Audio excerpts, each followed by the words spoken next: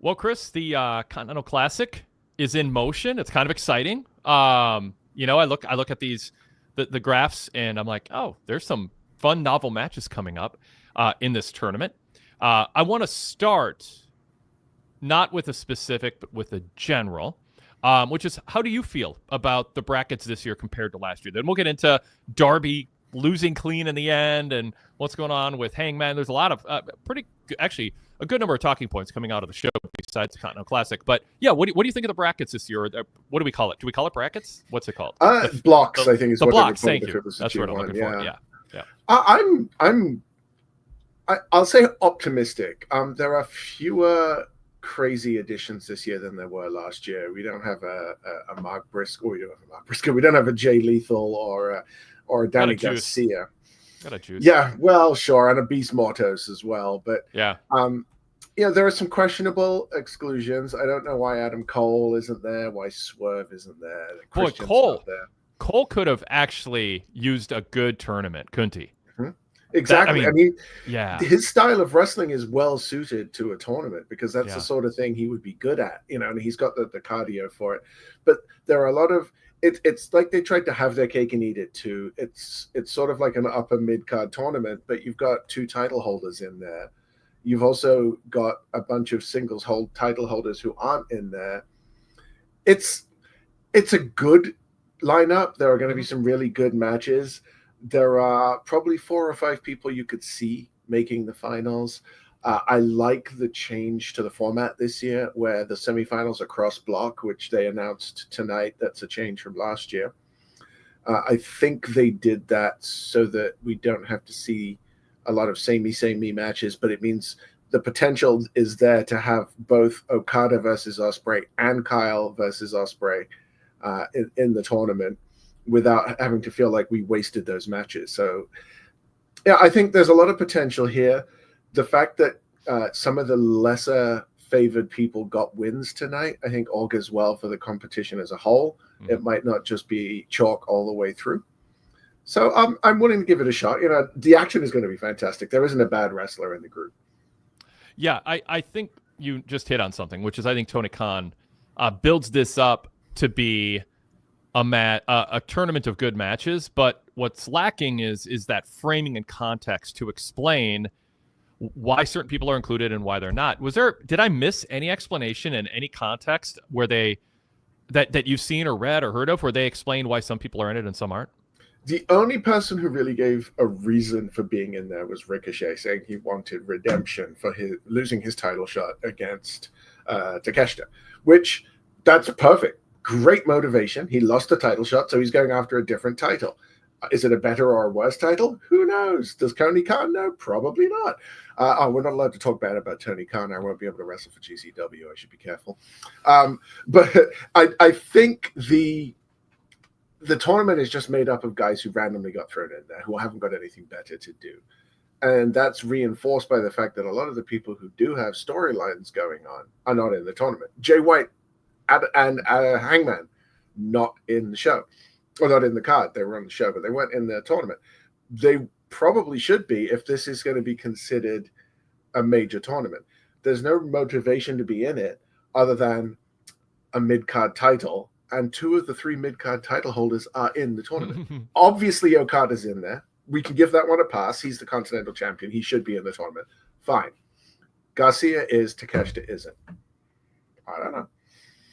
So I would be to me, this resembles last year's tournament in that it's set up, one, for good matches. There's going to be a story or two that they tell that we don't know for sure yet. We might have an idea, like the Garcia, fighting for modernity type thing. So I think we can't fully, we can judge it in a certain way, but we can't fully judge who they pick and who they exclude until we're a month from now, and we kind of see what story they tell with the points. In a way, it feels like it's constructed in reverse, backwards, which it should be. What that can mean, though, is it's a little confusing at the beginning why they're going with the wrestlers they're going with in the order that they're going with it. I am not as hung up on, I don't like phrasing it that way, but I'm not as concerned about the fact that there isn't something at the end of the rainbow to win. I'm fine with the announcers as long as they sell it. They give me a story to believe in. If the announcers say and the wrestlers say, there's honors in wrestling. There's a lot of ways to have accomplishments, including winning a title, defending it with honor, and holding it for a long time, and moving up the ranks to more important titles in your career. That's what everybody aspires to. But what AEW has given us, and they don't say it as wordy as this all the time, but it should come together to be the framing of it. There is prestige in winning a round-robin tournament where you're facing a wide array of opponents in a more rapid-fire fashion and greater variety than you do any other time of the year. And people who win the Continental Classic are going to go down in the history books because there's only one a year. There might be 8 title changes or 50 title changes in a year. There's only one Continental Tournament winner, one Continental Classic tournament winner. Let's talk about what differentiates this in and of itself. And we don't need you win the like the Rumble. Oh, you get a WrestleMania title shot. It used to be you win the Rumble, it's an honor. You won the Rumble. That should be enough. You just have to tell people it's a big deal. And then the wrestlers have to act like it is and talk like it is. And now it's this other thing that's not the same or better or worse than the world title. It's just different. It's a completely different type of competition. To me, what they've done is kind of almost created like this little the November NBA tournament that they're doing, where it's sort of like, yeah, it's just a way to kind of, make things more interesting during the holidays. And I want them to make this a big deal. Zach Barber, PWTorch contributor, says, for once, I agree with you, Wade. So I am fine with this not having some sort of prize at the end. At the end, the prize is you hold up a trophy. You're the freaking Continental Classic champion 2024 or 2025, whatever they're going to call it, 2024. Yeah. So, yeah, I just want to say that because, like, when this happened last year, I was like, well, I kind of said the same thing, but, like, I'm hearing that a lot this week. It's like, that's it, and I don't blame the people saying it. I blame AEW. AEW should be framing this more proudly, more boldly as an end in and of itself that everyone should think about. And so anyway, point made. I want to get that out, and I wanted to get that out early. I am fine with it. I just want AEW to do a better job and wrestlers to do a better job. And I want them to explicitly, not every wrestler, but some of them are good to say it. In other ways, I would like, where there's a shortcoming is I wish they explained why some people got picked and why others got excluded. Yeah. I like that granular detail. It's not Tony Khan's goal right here. It's not something he's focused on. But I think I talked with Jason Paul about this on the flagship yesterday. I just wish they would say, like all the wrestlers on the roster are eligible. Some declare, some don't. We keep that private because some wrestlers have a nagging injury and they don't want to disclose it. Others are focused on a world title at this time. Others don't want to wrestle their friends. Everybody has different reasons, but a bunch of wrestlers anonymously submit themselves. We get more applications than there are spots. And then Tony Khan whittles it down to, let's say, 30 people, and then he does a draw and 6 people, and then, or 20 people or whatever. And then we do a random draw from there. It sounds like you need Don West to explain it, like in the old TNA days with this complicated thing. I don't think it's that big of a deal, what I just said. And frankly, it sort of feels realistic. Oh, some guys have nagging injuries. Some don't want to wrestle their friends. Others are focused on other things, a personal feud. You submit your name. Tony Khan processes it. He doesn't, if he can't whittle it down to just the people in the tournament, we do a random draw and we release the results. Just tell us that. And now, storyline-wise, Chris, you've eliminated people going, why isn't Adam Cole in this? Why isn't MJF in this? Why isn't Hangman Page in it? And you're not told explicitly, but, it's up to the wrestlers to reveal it on social media or keep it private. I don't know. What do you think, Chris? Whew, Wade, someone lit your blue touch paper tonight. Honestly, you are on fire. I want to agree with a lot of what you're saying. Let me go back a bit to the Royal Rumble analogy. When you first said it, I'm like, yeah, that makes perfect sense. But then I thought about it. I don't think very many people, even of our vintage, could tell you who won the Royal Rumbles before title shots are involved. Mm-hmm. You and I probably know Hacksaw won the first one, and then it was Hogan. But I think when it had a carrot at the end, it meant more because there was something you could point to that was prestigious. One of the issues I have with the way they're marketing this tournament this year is that they haven't talked about Eddie Kingston at all. He won this last year, but we haven't heard his name mentioned. I don't know if that's because he's on the way back and they want us to forget about him before he shows up. But one of the ways to make the tournament feel important is to talk about what it does for you. They did talk about it briefly on Saturday with Danny Garcia, talking about how that one win right at the end of the tournament set him on the path that he's on now. Mm-hmm. But okay, well, what about the winner? What about the finalist? Well, that was Danielson, and he's gone off into the sunset. But you could talk about Eddie Kingston and how it led to him then winning the New Japan Strong title, and how he was walking around with all these belts, and how everything was great for him, and he had 3 belts at a time. They could be doing that. They could be talking about other people who had good runs, the triple threat between Hangman and Swerve and Moxley, that now all 3 of them are former world champions. Moxley still is. Mm-hmm. All of that is a thing that they could use to talk about the value of winning this tournament and why it's not just random matches thrown together.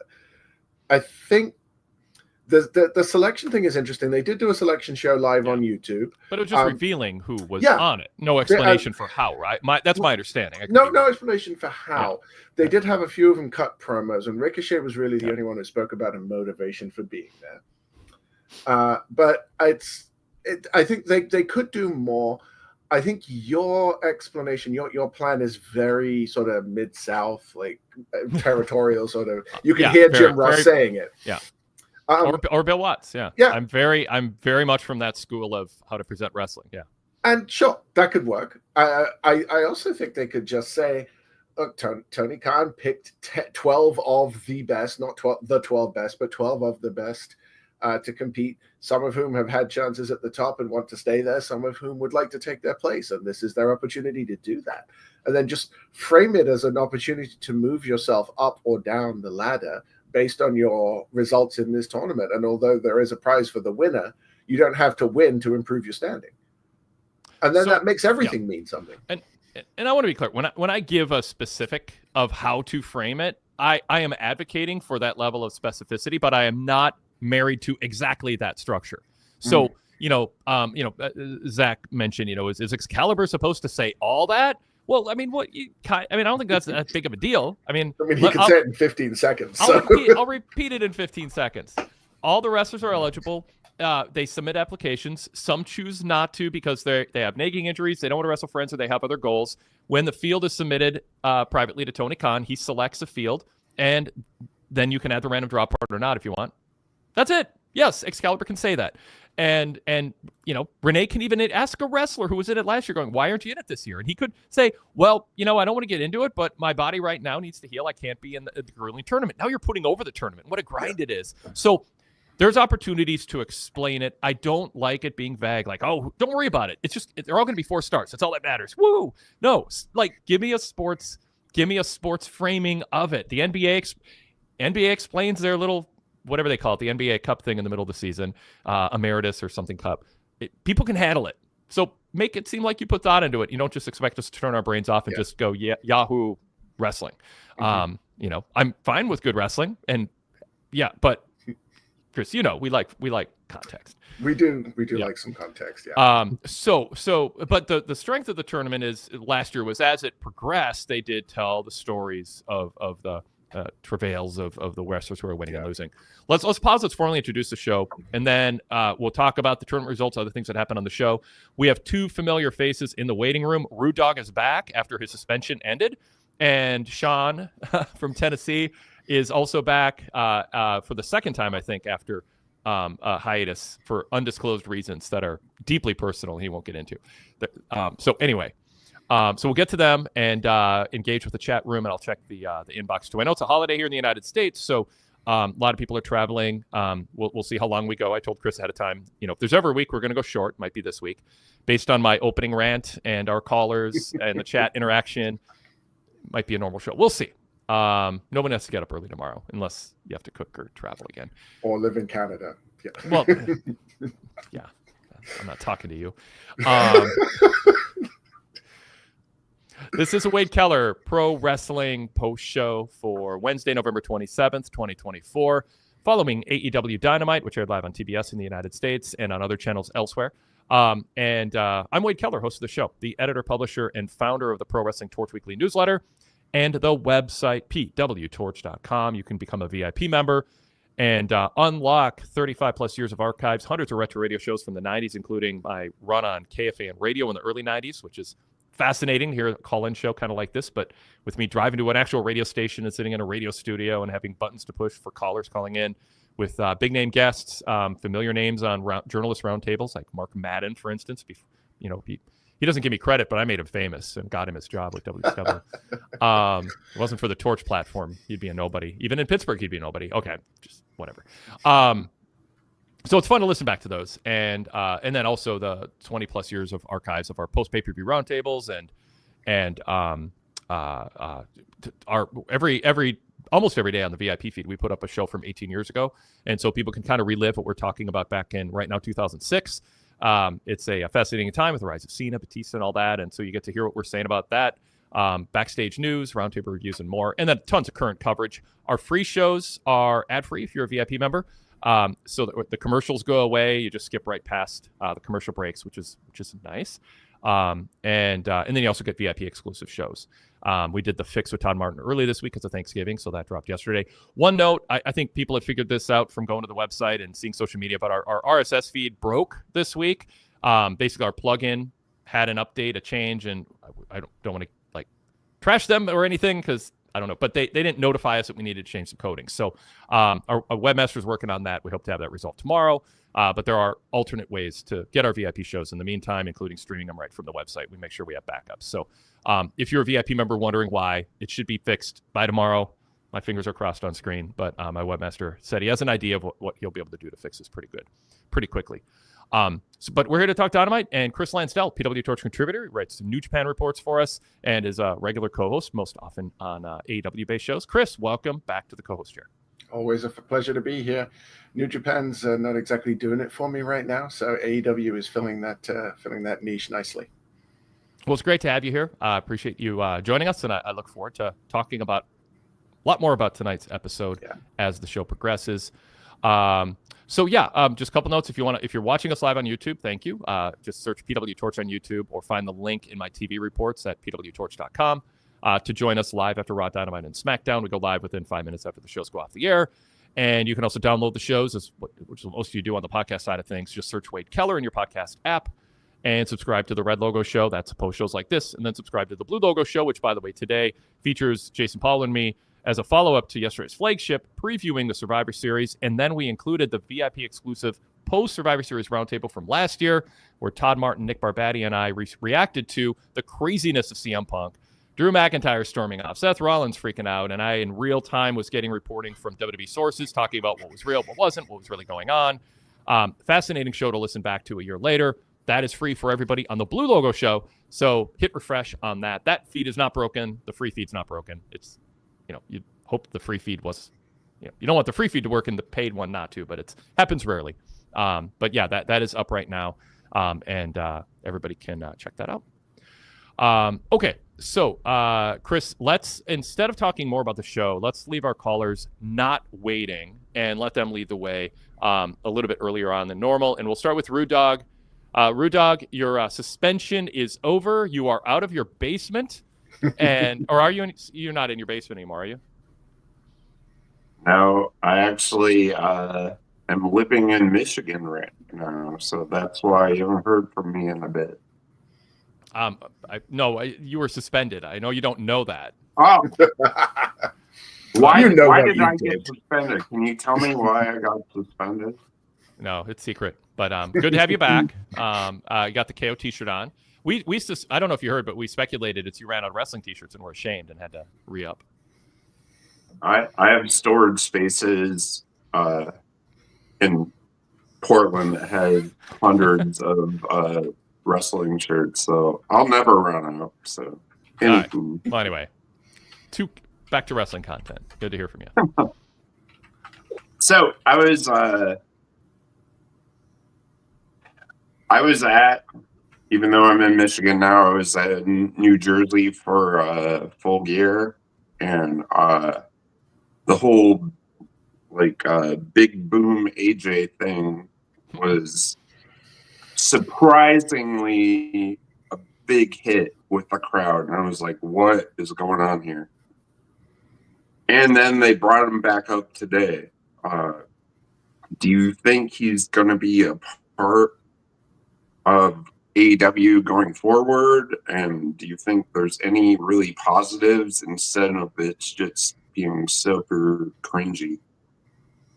So if you're AEW, he's getting you publicity, and there's a side of the TikTok world that maybe knows of AEW, maybe they don't, maybe they're interested, and maybe they'll join in. I remember Kevin Dunn going, we think Total Divas is going to help expand our female audience and bring people into starting to watch a pro wrestling show. And I was skeptical. I thought, people know WWE exists. If they want to watch pro wrestling, they've been watching it. Some reality show with wrestlers isn't going to get them to start tuning into WrestleMania and investing in storylines.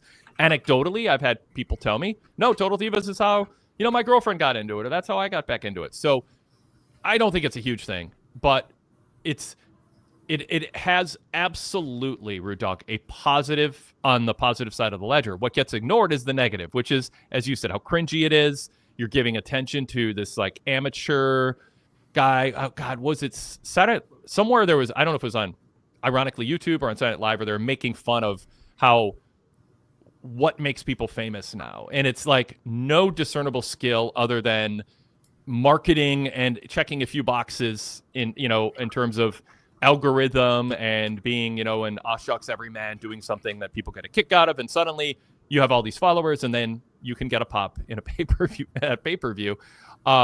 It's not nothing, but it's so narrow in terms of your crossover audience to AEW that I question whether it's worth it. Like even when NASCAR guys came on like TNA and, Jerry Jarrett, remember talking to me about, oh, Wade, you're so great. We got this NASCAR guy. And I'm like, well, I never heard of him. Most people I know have never heard of him, but I trust that it'll mean something to some other people. But in the end, Chris, I will throw to you on this. I think you're better off not leasing out the credibility of what it takes to be a wrestler to somebody who I would posit the majority of AEW fans don't know, don't respect, and think is a joke and will either tolerate or resent him getting TV time, even on a pre-show. Yes, they got a pop, and he didn't embarrass himself in the ring. Those are mitigating factors to the negativity. But to me, I think you should be in the pro wrestling business and be kind of above that stuff and find, if you want to market him, I just don't think putting him in the ring is the way to do it. I'd rather have him represent somebody else in the ring and maybe take a bump or something as part of it on a pre-show. I think throwing him in the ring, as good as QT Marshall is at carrying him and as well as he represented himself in the context of everything, I don't know. If you're going to have him on, I'd tweak it. I would almost question having him on, because it does just feel like you're leasing out the credibility of AEW for some TikTok guy that is popular but also niche. What do you think, Chris? So few things. If I don't do this, my son will disown me. Yeah. He loves the Rizzler. I swear he does have my genes, just not that one. This is rare for me. I don't have an issue with it. He was on the pre-show against a guy who is completely irrelevant in terms of AEW. He has 8 times more followers on TikTok than AEW has viewers on a weekly basis. There is practically no downside to the way they're using him. They're not putting him in main events. They're not trying to push him as a legitimate threat. He is a trained pro wrestler. He hasn't done it for 20 years, but he knows what he's doing in the ring. He has said on TikTok, not the only thing on me that TikToks is my watch. I'm 45. I've never used a thing, but apparently he knows he's coming back. He's been talking to Tony Khan, and they will be using him again. As long as they keep him, like, you can put him on Collision, you can put him on a pre-show. It's just something that doesn't make him a major part of the show. I don't see a real downside to this. He's immensely popular on the internet. His son is as well. This Rizzler guy is even more popular in some ways. And I think he's just going to continue being somebody who attracts attention to the product. Like, people, the clips of him on the show are doing amazing numbers on social media. And if AEW wants to bring in new fans, this is a good way to do it. It's not for me, but I get plenty. I'm already super served by this show. And if there's one thing that's going to draw in new fans, it's something like this. This is what happened with the Attitude Era, right? Is they changed the way they were marketing their product in a way that might have annoyed some traditionalist fans, but it brought in 7 million others. I don't think this guy's going to have that much of an effect, but yeah, like, as long as it stays to this level, I'm okay with it. Yeah, when I am giving it trying to change the context a little bit of it, I mean, you make the very good argument that to be like outraged and throwing up your arms is a little much for this, because there is something on the positive side of the ledger. Lady B in the chat says, would AEW get a breaking news alert on the ESPN app without Boom AJ? No, I got one on Saturday for good for them. Well, shame on ESPN. AEW should get a breaking news update for something other than some TikTok guy, no matter how big he is. And Adam Kidd said, I didn't know who they were, but they need to try anything to get interest up. And Derek Hubbard says, it was not for me, but a lot of pop culture fads are not for me. If others find amusement from it and it generates eyeballs, I can't say it was a terrible idea, though I roll my eyes at it. And I mean, I think that's a fair way to put it. You know, and Chris, you get what you need. You roll your eyes, it's not for you. Go grab a snack, let the dog out, whatever, you know, and then get on with it. It was on the pre-show. However, you know, Joker's Nut says putting the stuff on the show is turning off fans too. They come off as so lame. And that is my concern. Like, that's when I say you're kind of leasing yourself out. It's like, we need publicity, so we'll just let any, you know, when I say fringe, I don't mean fringe like he doesn't have a lot of followers. I mean fringe in that, how does it apply? Okay, he's an ex-wrestler, but you're introducing something to the audience when you're trying to sell them a pay-per-view that isn't exactly setting a tone for what people were hoping AEW would be when it launched. Chris, I see your body language. I'm curious. I don't remember what your reaction was when it was Shaq and Jade Cargill against Cody and Brandy over Red Velvet, as it ended up being. Yeah. Because by all intents and purposes, Shaq has less right to be in that ring than AJ does. And if you look at them comparatively, well, I mean, Shaq is a professional athlete, but he's never wrestled before.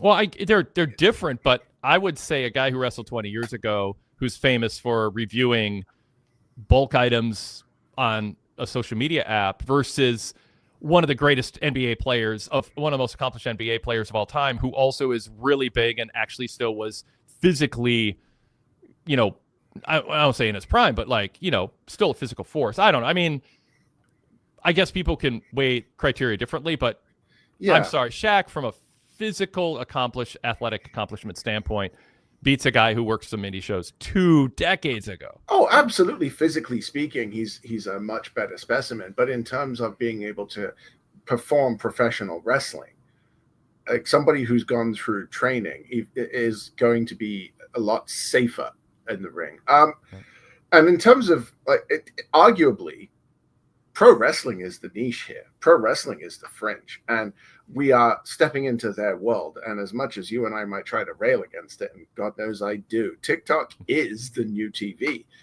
I'm very curious, and I actually believe they're going to do this, what the ratings will do if they advertise AJ for a match at Winter is Coming. Mm-hmm. It's not in the main event, dear God, no. But if you just say AJ will face Aaron Solo, or it'll be AJ and a mystery partner against Aaron Solo and QT Marshall. I'm curious what that segment would do for numbers. I think you'd see a spike. And that is, unfortunately, music to Tony Khan's ears. So also, how fleeting is that exposure? I mean, are you producing a product that the people who are tuning in to watch are going to look at and go, oh, now I want to support this in other ways? Or is it that ephemeral, brief little blip that then drops again? And I think there's a calculation there that should be considered. Like, oh, we popped a rating. To what end? Do you now have 15% more viewers on a week-to-week basis? Is that part of the strategy?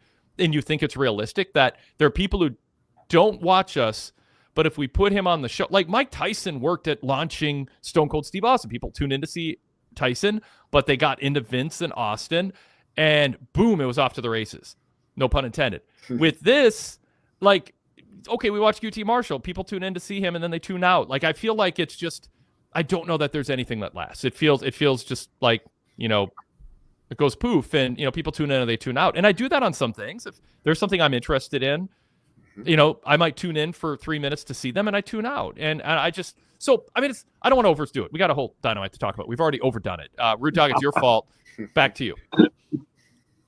Well, I just remember listening to Todd Martin on The Fix saying that I can't believe these people are cheering for these like dorks. And I was there and they were cheering for these dorks. So I think it's going to be more a part of the brand, unfortunately. Well, it's like Todd Martin says about Shelton Benjamin getting the biggest, big pops. It's like, is that good that an ex-WWE guy who has all that exposure over the years in WWE is getting bigger pops than your homegrown stars? That's not success for Shelton. It's an indictment on what you've been doing the last 5-6 years.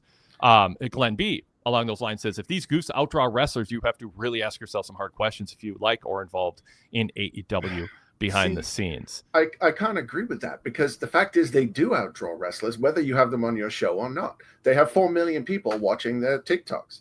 That's outdrawing wrestlers. You could do a year's worth of shows and you would barely hit 4 million people. Watching somebody on TikTok for a minute, in having followers and having people who are really watching them. I mean, what are the views for each of their videos? How long does it last, and how does that translate? That's different than saying invest in our product on a week-to-week basis for 2 hours and buy pay-per-views and buy tickets. Like, there's a lot of social media numbers are out there because somebody scrolls past you on Twitter, and that counts as an engagement. And I mean, the numbers are kind of silly sometimes in terms of what it really amounts to. But I think you hit on the key point: is will they stay? Yeah. And they had a huge chance to do that with CM Punk, and they goofed on it. So yeah, they're going to put him on a Dynamite. They're going to advertise the heck out of it. And the key then is, can you keep them? Do you put a compelling enough show around this spectacle to make the viewer stay? And if you do, then I think we all have to hold our hands up and say, okay, it worked. If he's that big of a star and he's charismatic and they believe he can cut a good promo and represent something, he should be aligned with a wrestler who they want to elevate, who's a good fit. He's no Mike Tyson, but the Tyson analogy is get him in a segment with people who you're ready to elevate. That might mean elevating a mid-carder. Might mean maybe you want to, I don't know. I'm not even going to be specific about it. There's that. So anyway, Ron Menudo says Shelton works for AEW. Any pops he gets is good for AEW under any circumstances. Yes, but you're completely missing the point. It is better that Shelton Benjamin gets a pop than he doesn't. So that is good. What's bad, and it's the actual point being made, Ramen, is the AEW wrestler should be getting bigger pops than him. No matter how big Shelton's pop is, AEW wrestler should be getting a bigger pop because Shelton is a mid-card jobber for decades in WWE, not treated seriously the vast majority of the last 2 decades. He shouldn't walk into AEW and be getting bigger pops than people that have been, the wrestlers who have been presented to this audience immersively for years. So it's good Shelton gets a pop. It's telling he's getting bigger pops than most AEW wrestlers the way that they're presented. All right. Rude Dog, your turn. All right. Well, I'm going to go to a different topic because that got hot. But how about Darby Allin? I was expecting Darby Allin to, be the next challenger for Jon Moxley. But he loses tonight. I mean, maybe just to get him out of that tournament type thing. But how do you think Darby Allin's been? Does he seem like a legit challenger right now? I'm curious what they're doing with Darby. They told the story before the match. His ribs are taped. His mind might be elsewhere. Basically telegraphed he's losing. They were building in excuses during his ring entrance for him to lose. His mind's elsewhere after what happened at the end of Full Gear. His ribs are taped. Nevertheless, it's still surprising to see, I don't know if he's perceived as a second or third guy in a trio who's represented himself well on occasion, but isn't consistently pushed as a big up rising star. It's been more start-stop and nothing in any way that stuck. It sends a message. I'm not against it. I just am. Well, I hope I'm not against it, but I hope that there's a larger purpose to sacrificing the perception that Darby had that he's losing right now, that he could be a top guy in terms of actually winning matches. And they built in some excuses, Chris, but this is how you treat Darby if he was 2 months away from his contract expiring and AEW couldn't come to terms with him and he was doing the Jade Cargill thing going, well, WWE's saying they can make me a bigger international star. How he's being treated now is not entirely inconsistent with that. It's not what's happening, but if that crosses your mind, you start to wonder, is this best for Darby? I'm not against clean jobs, but I think Darby is. I like Brody King. I like Darby. It's not the end of the world that Brody beat him and they put the context around it. But overall, it doesn't feel like Darby is in a position to be heated up quickly to be taken seriously as a threat to true top guys. Chris. I think Darby Allin is Teflon, and none of his losses matter because of who he is as a human being. This is where watching New Japan and the G1 religiously has benefited me, because Tony Khan is booking this like Gato books the G1. He's got 3 or 4 storylines he's going to weave through it, and they're all going to be specific to the character. And Darby's storyline throughout this tournament is going to be he's losing because of the injuries from the car crash. And that's why he's in the tournament, but everybody is going to say he's a favorite and he's going to lose because people are going to pick on the injuries. I expect him to beat Claudio, and that's going to be his in to Moxley. I thought this match tonight was good for Brody. I had a hard time enjoying it because I'm really getting tired of watching people throw around the undersized faces. The match with Orange Cassidy and Moxley on Saturday was very similar, and it's just throw the guy around for a bit, pin them, and they kick out of increasingly unrealistic moves. And that's basically what we got here. I did like the result. I do like the annual warming up of Brody King, because he did this last year in the Continental Classic as well. This might actually be a good year for him to make a push to the semis because of the way that block is set up.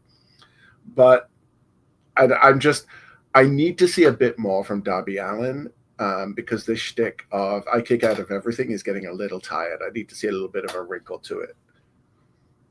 All right, Rude Dog.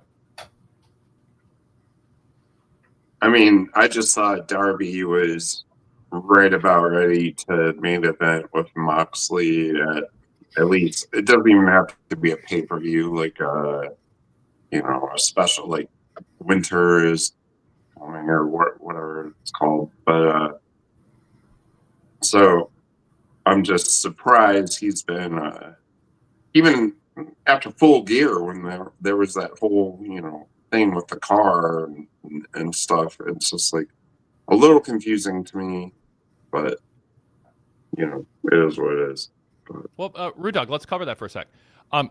Chris, what do you think of what happened at the end of Full Gear, and how did they address it tonight? I would need to take 5 minutes after Dynamite ends before starting the post show to kind of process what's going on with Hangman, how to think about.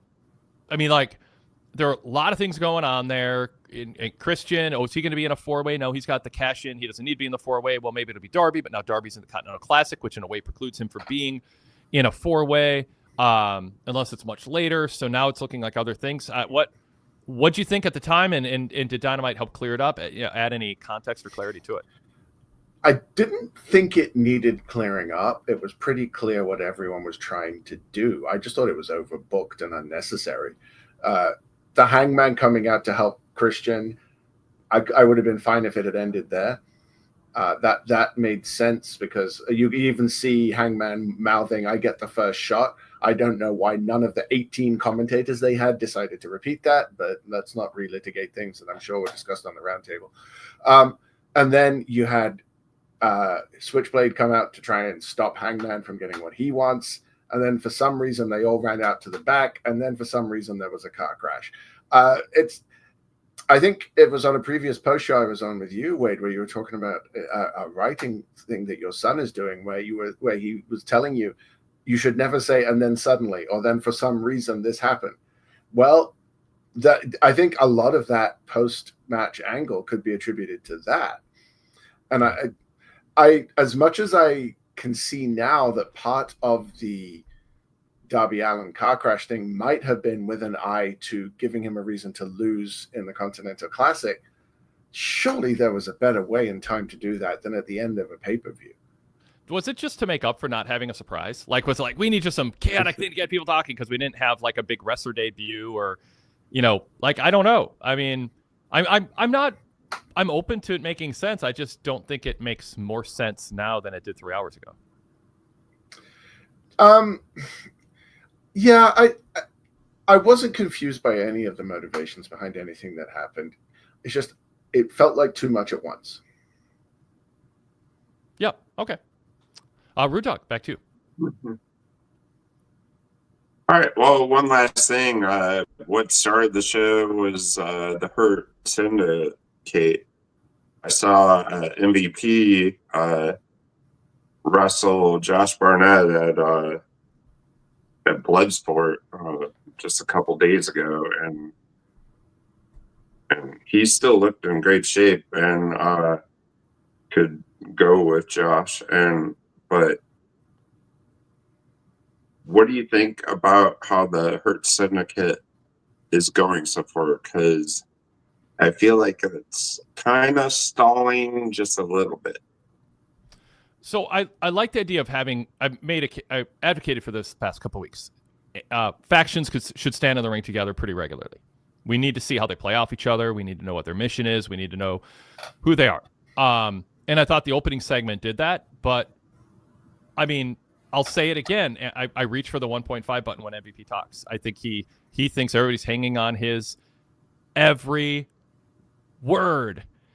And let me tell you something else, and then say it in a slightly different way right afterwards. It's like, come on, like we got places to go. There's things to do, and so I'd like to see him be a little less.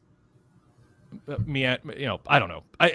I just want to be a little bit more of a hurry. Respect our time more. We're not hanging on your every word. We don't need to milk every half syllable. So MVP's got a good presence to him. He's not witty. He's not entertaining, but you don't have to be if there's a purpose to what you're saying. But get to it and speed it up. That was what I would say. And it's not his way. I just think there's risk in the way he's doing it that would benefit from just picking up the pace a little bit and get to the point a little quicker. It feels like, triple spacing a paper for school that is required to be 3 pages. But mostly I liked that they set the stage with them. I don't think Lashley and Shelton have to talk all the time, but I don't want them to never talk. Just because, sometimes I wonder if it's political. Like, well, I don't want to be expendable, so I'm going to do all the talking. No, I want to hear from everybody. So I'm fine. To answer Rude Dog's question, maybe more specifically, after I got my little MVP rant out, I'm not a fan of MVP. I'm a fan of his. I just don't want him to bore me because of the slow pace. But I think that they need to get on with adding someone or moving on. It feels like the business card thing, which MVP addressed tonight. It's like, let's get going with it. And let's find somebody you add, a pledge you add, maybe you kick them out, and there's heel heat there. By the way, one critique of MVP is don't put over major Chicago sports stars and get an MVP chant and think you're doing your job. That's the opposite of doing your job as a heel leader of a faction. I don't get the job. The number one job of a heel in wrestling, and Chris, am I wrong, is to get the babyface cheered, not yourself. So what and I don't want him to rip on Michael Jordan and Walter Payton either. I get why he said it, but if you want to get heat, don't rip on the local sports team, but pick, say, LeBron James and who was the Detroit Lion runner during right after the Walton Payton era, retired early. Megatron, right? Bernie Sanders. Barry Sanders. Yeah, Barry Sanders. Yeah, not Bernie. Barry. So, and just like use 2 non-Chicago names, and it's subtle, and the fans will be like, "What? You should be saying Walt Payton, Michael Jordan," and let them think it. So anyway, and like Sadler. V3 says, why is Lashley slapping hands with fans during his entrance? He even did it at the end of his WWE run. So this is where you just need Tony Khan or someone else to like pull the wrestlers aside and go, let's revisit the fundamentals of how heel and babyface mic work works. And so I obviously MVP either doesn't think about it or fundamentally disagrees with me, but I was sort of jaw dropped when that happened. Like, your goal is to get heel heat, right? Everything else but your promos get heel heat. You're bragging up these guys who are facing babyfaces. So sometimes I just don't get it, Chris. What do you think? I'm still trying to picture Bernie Sanders taking a handoff and running around. I think the Hurt Syndicate Isaiah Thomas. Derek Mitchell got it. It should have been Isaiah Thomas. Yep. Absolutely. I think the Hurt Syndicate has an MJF problem in that the heels who the fans are going to cheer for. Before MJF opened his mouth, they were getting cheers. And it was only when he started talking about what they did to Swerve that they got the boos. Yep. I don't know why you play to local sports stars. Like local sports, anything, just leave it out. Faces shouldn't be calling to it, and heels shouldn't be talking about it. I honestly expected once he mentioned Jordan and Peyton, and I'm not a football fan, and even I know who the fridge is, but they should have just, if they were going to mention them, then they need to go the tried and true route of saying, too bad they were never good enough to, I don't know, continue, or too bad he left to go play baseball or whatever. Like do something to get rid of that cheer, because the boos that are the strongest are the ones that come from cheers. I will never forget the heel heat that Elias and KO got in Seattle talking about an NBA team. Like when they were both firmly in the mid card, and the boos they got just from talking about the Sonics was just incredible. It's not hard to get heel heat that way, but not MJF, MVP just decided to try to be popular for some reason. I don't know. Rude Dog, back to you. I mean, that's about it that I had. I mean, I'm glad I'm out of the basement. I'm glad I'm your suspension has ended. Yeah, I'm back allowed, so you'll be seeing me more likely and not in the basement. So thank you. Thanks. Goodbye. Good to see you again. Good to see you again. Thanks, Rude Dog. Don't get suspended again. Don't leave us again. Okay, I won't. Take it. All right, thanks. All right, let's go to Sean from Tennessee. Sean, welcome. What's on your mind about AEW Dynamite tonight? There's a Sean, lot hold on. Yes, I literally just promised the super chatter we get to his comment, and so I'm gonna step on you. Super chat from Andrave's Gaming says, I think Will Ospreay should win the tournament. So Chris, you are thinking not. Why? Yeah, I think this is going to be another part of Will Ospreay's Ascension Denied storyline. Semis or the finals, he either loses to Okada or Kyle, I think. I don't see him winning. I don't think it's his time yet. Okay, so wait, you're on mute. Come on. What do you think, Sean? Well, okay, I have a lot to say. So I'm going to get to my ultimate point, is where I wanted to get to from the very beginning, which is I was not a fan of Ospreay losing. I was not a fan. I'm not trying to badmouth Fletcher. I like Kyle Fletcher. I don't think he's a main event player. I personally do not. Ospreay is your future star of your company. He is right here in your hands, and he's losing time after time. And now you have him in the Continental Classic, which I wish did have stakes. I wish did mean more, other than having great matches with people, which Ospreay could do that with a paper bag. No pun intended. Don't do any more paper bags. He could do it with a TikTok star. Yeah. He could even do it with AJ. For crying out loud. The guy's so good. But there are not a lot of big-time baby faces that are in a good spot right now in AEW. There's not. Let's go over them. Ospreay just lost 2 big matches in a row. No matter how he lost them, he's lost 2 big matches in a row on 2 pay-per-views in a row. Swerve. Yes, Swerve. I understand Lashley just came in. I get he needed a big win. Swerve has just lost 2 big matches in a row on 2 big pay-per-views in a row. He's lost them both. Darby, who do I think, is a big – would I ever think he should have been necessarily a main event guy? I would have said no. He was winning me over, but I don't like his style. I hate his style, just getting thrown around like a rag doll. And now he's lost, and now he throws his body around for no reason. Now he's lost. He's gotten destroyed, again, injuries, quote unquote, for this one. But when he faced Claudio last week, he just got plain out destroyed. There was no – he was injured. He just got destroyed. And then Cassidy, who I don't think is a main event player, but he was the one who they put in the thing to go fight Moxley, which, again, I'll talk about that in a second.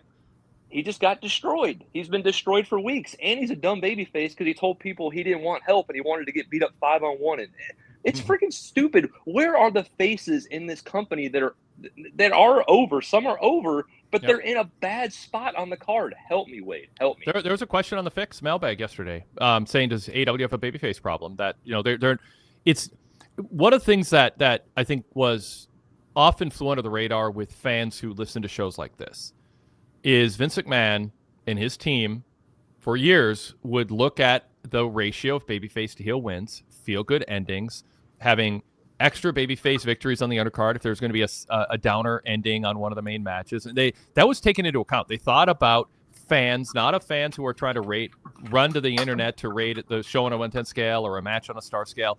They're thinking about the fans who are emotionally immersed and invested in outcomes. And that kind of like our mood as sports fans changes when our team wins or loses, blows a lead, has a comeback, still comes up short, has a comeback, wins. It can affect our mood the rest of the day and the next morning when we wake up. A good wrestling company is thinking about babyfaces as a home team, and you want to book them in a way where you're not as frustrated as, Chicago Bears fans, Chicago Cubs fans, picking on Chicago, are perpetually. And so I don't think Tony Khan thinks about wrestling that way. Clearly, as a booker, he doesn't. That is not a priority for him. And I even think fans who would go, I don't care about that. I just want good matches, entertain me. I want hard-hitting badasses. I think they're wrong. I don't think they understand their own psychology as a fan. I think they would enjoy pro wrestling at a different level than they realize it can be enjoyed if the wrestlers that they liked the most were cast as babyfaces, put in a structure where they don't seem lame or dumb, as Sean pointed out, and they ultimately, more often than not, won. And when there's setbacks, you had faith that they would do smart things and there would be a structure in place for them to win in an honorable way or fight fire with fire on occasion when called for, and ultimately feel good when they win. You get to tell a sports story where your home team ultimately wins. Not all the time. You got to, pull the carrot away a little bit and make them chase it. But so I think that would help AEW grow. I think it's one of the underrated aspects that Sean is bringing up right now that an emailer to the Fix VIP podcast yesterday brought up. Chris, what do you think about that? Sean, I love when you're on, man. Just because, I have to make notes when you talk, so I don't forget all the points I want to bring up. All right, let me start from the top. Kyle Fletcher is not a main event talent. Correct. You forgot one word though. Yet he needed that win if he's ever going to get there. He had to beat the allegations of being Will Ospreay light. He did that by shaving his hair. And then he had to beat Will to show that he had the chance to actually get anywhere. So if you're ever going to elevate anyone in this company, which they have never done, they have never taken someone from the mid-card and put them in the main event. This is their chance to do that. If you're going to do that, they have to beat someone. You have to be brave and choose to put someone over. So that's what they did there. This is the Empire Strikes Back part of the storyline with Moxley and co. The heels are on top. The faces are losing constantly, all of them, in bad ways sometimes, but they need to build that up. They need to build up all the heels as significant threats until somebody rallies the troops. On that note, Orange Cassidy sacrificed himself and said, don't come to help me, because he knew what was going to happen. He knew that his group couldn't fight off Moxley's group. So he sacrificed himself, got himself beaten up. He didn't want to lead. He didn't want that spot. It was pushed upon him. So he said, I'm going to use this to motivate everybody else. That's my take on that part. He lost so that somebody would step up and avenge him. Is it going to be Ospreay eventually? Maybe. Is it going to be a returning Kenny Omega? More likely. I hope so. Yeah, well, this is just it. But that point brings me to the next point. You're talking about people losing several matches in a row. If you think about it that way, yes, that's an issue. Vince McMahon is a horrible human being and has made many, many erroneous statements. But that nobody remembers that, pal, is actually correct, because we're all excited for Kenny Omega coming back. What were his last two singles matches in AEW? I do know. I can't remember. Exactly. 2 losses to Takeshita. Nobody talks about that anymore because we've forgotten. Everybody is just excited for him to come back and lead AEW. Losses are big, but you can make them not matter if you book it properly. And if Omega comes back and challenges Moxley and beats him, nobody's going to remember that he lost twice in a row to Takeshita.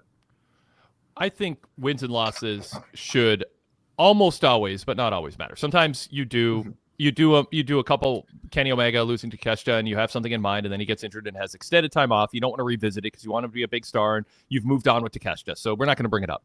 That's fine.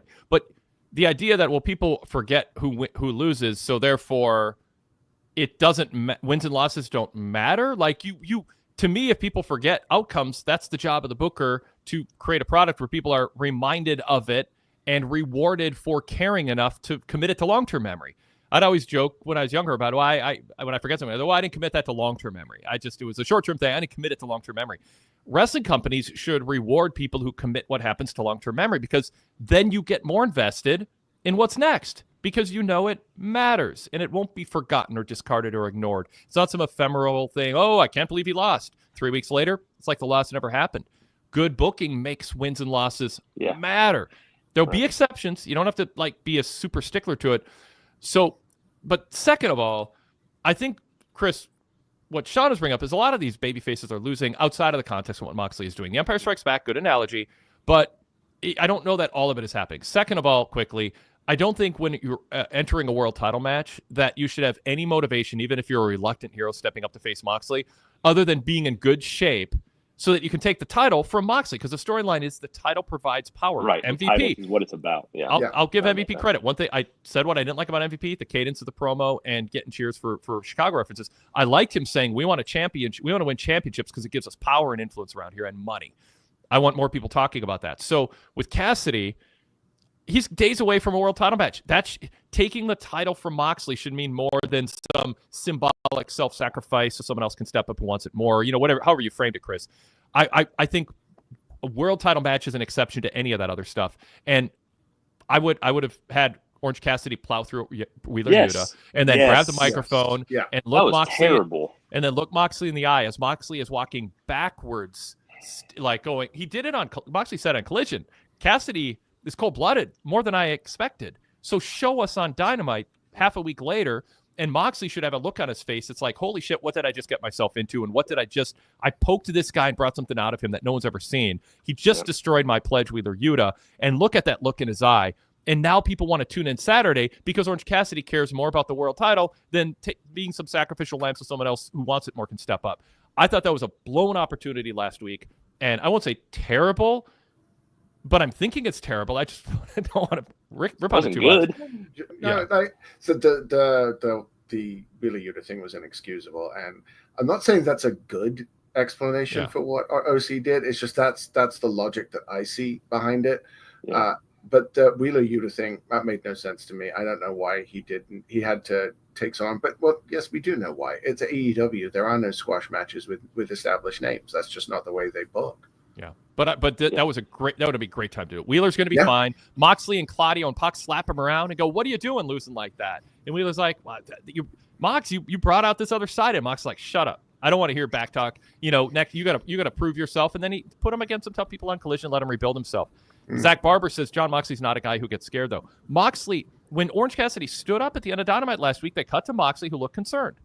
So he showed concern that Orange Cassidy, after all he went through with whatever that, with duct tape or whatever, he doesn't have to be scared. He stood up. So he was taken aback. He was like, "Holy, what have I done? And what have I brought upon myself?" He can have that look. I don't want him to be Seth Rollins cowering to the Fiend. Don't take the worst example and apply it to what I'm saying. You know what I'm saying.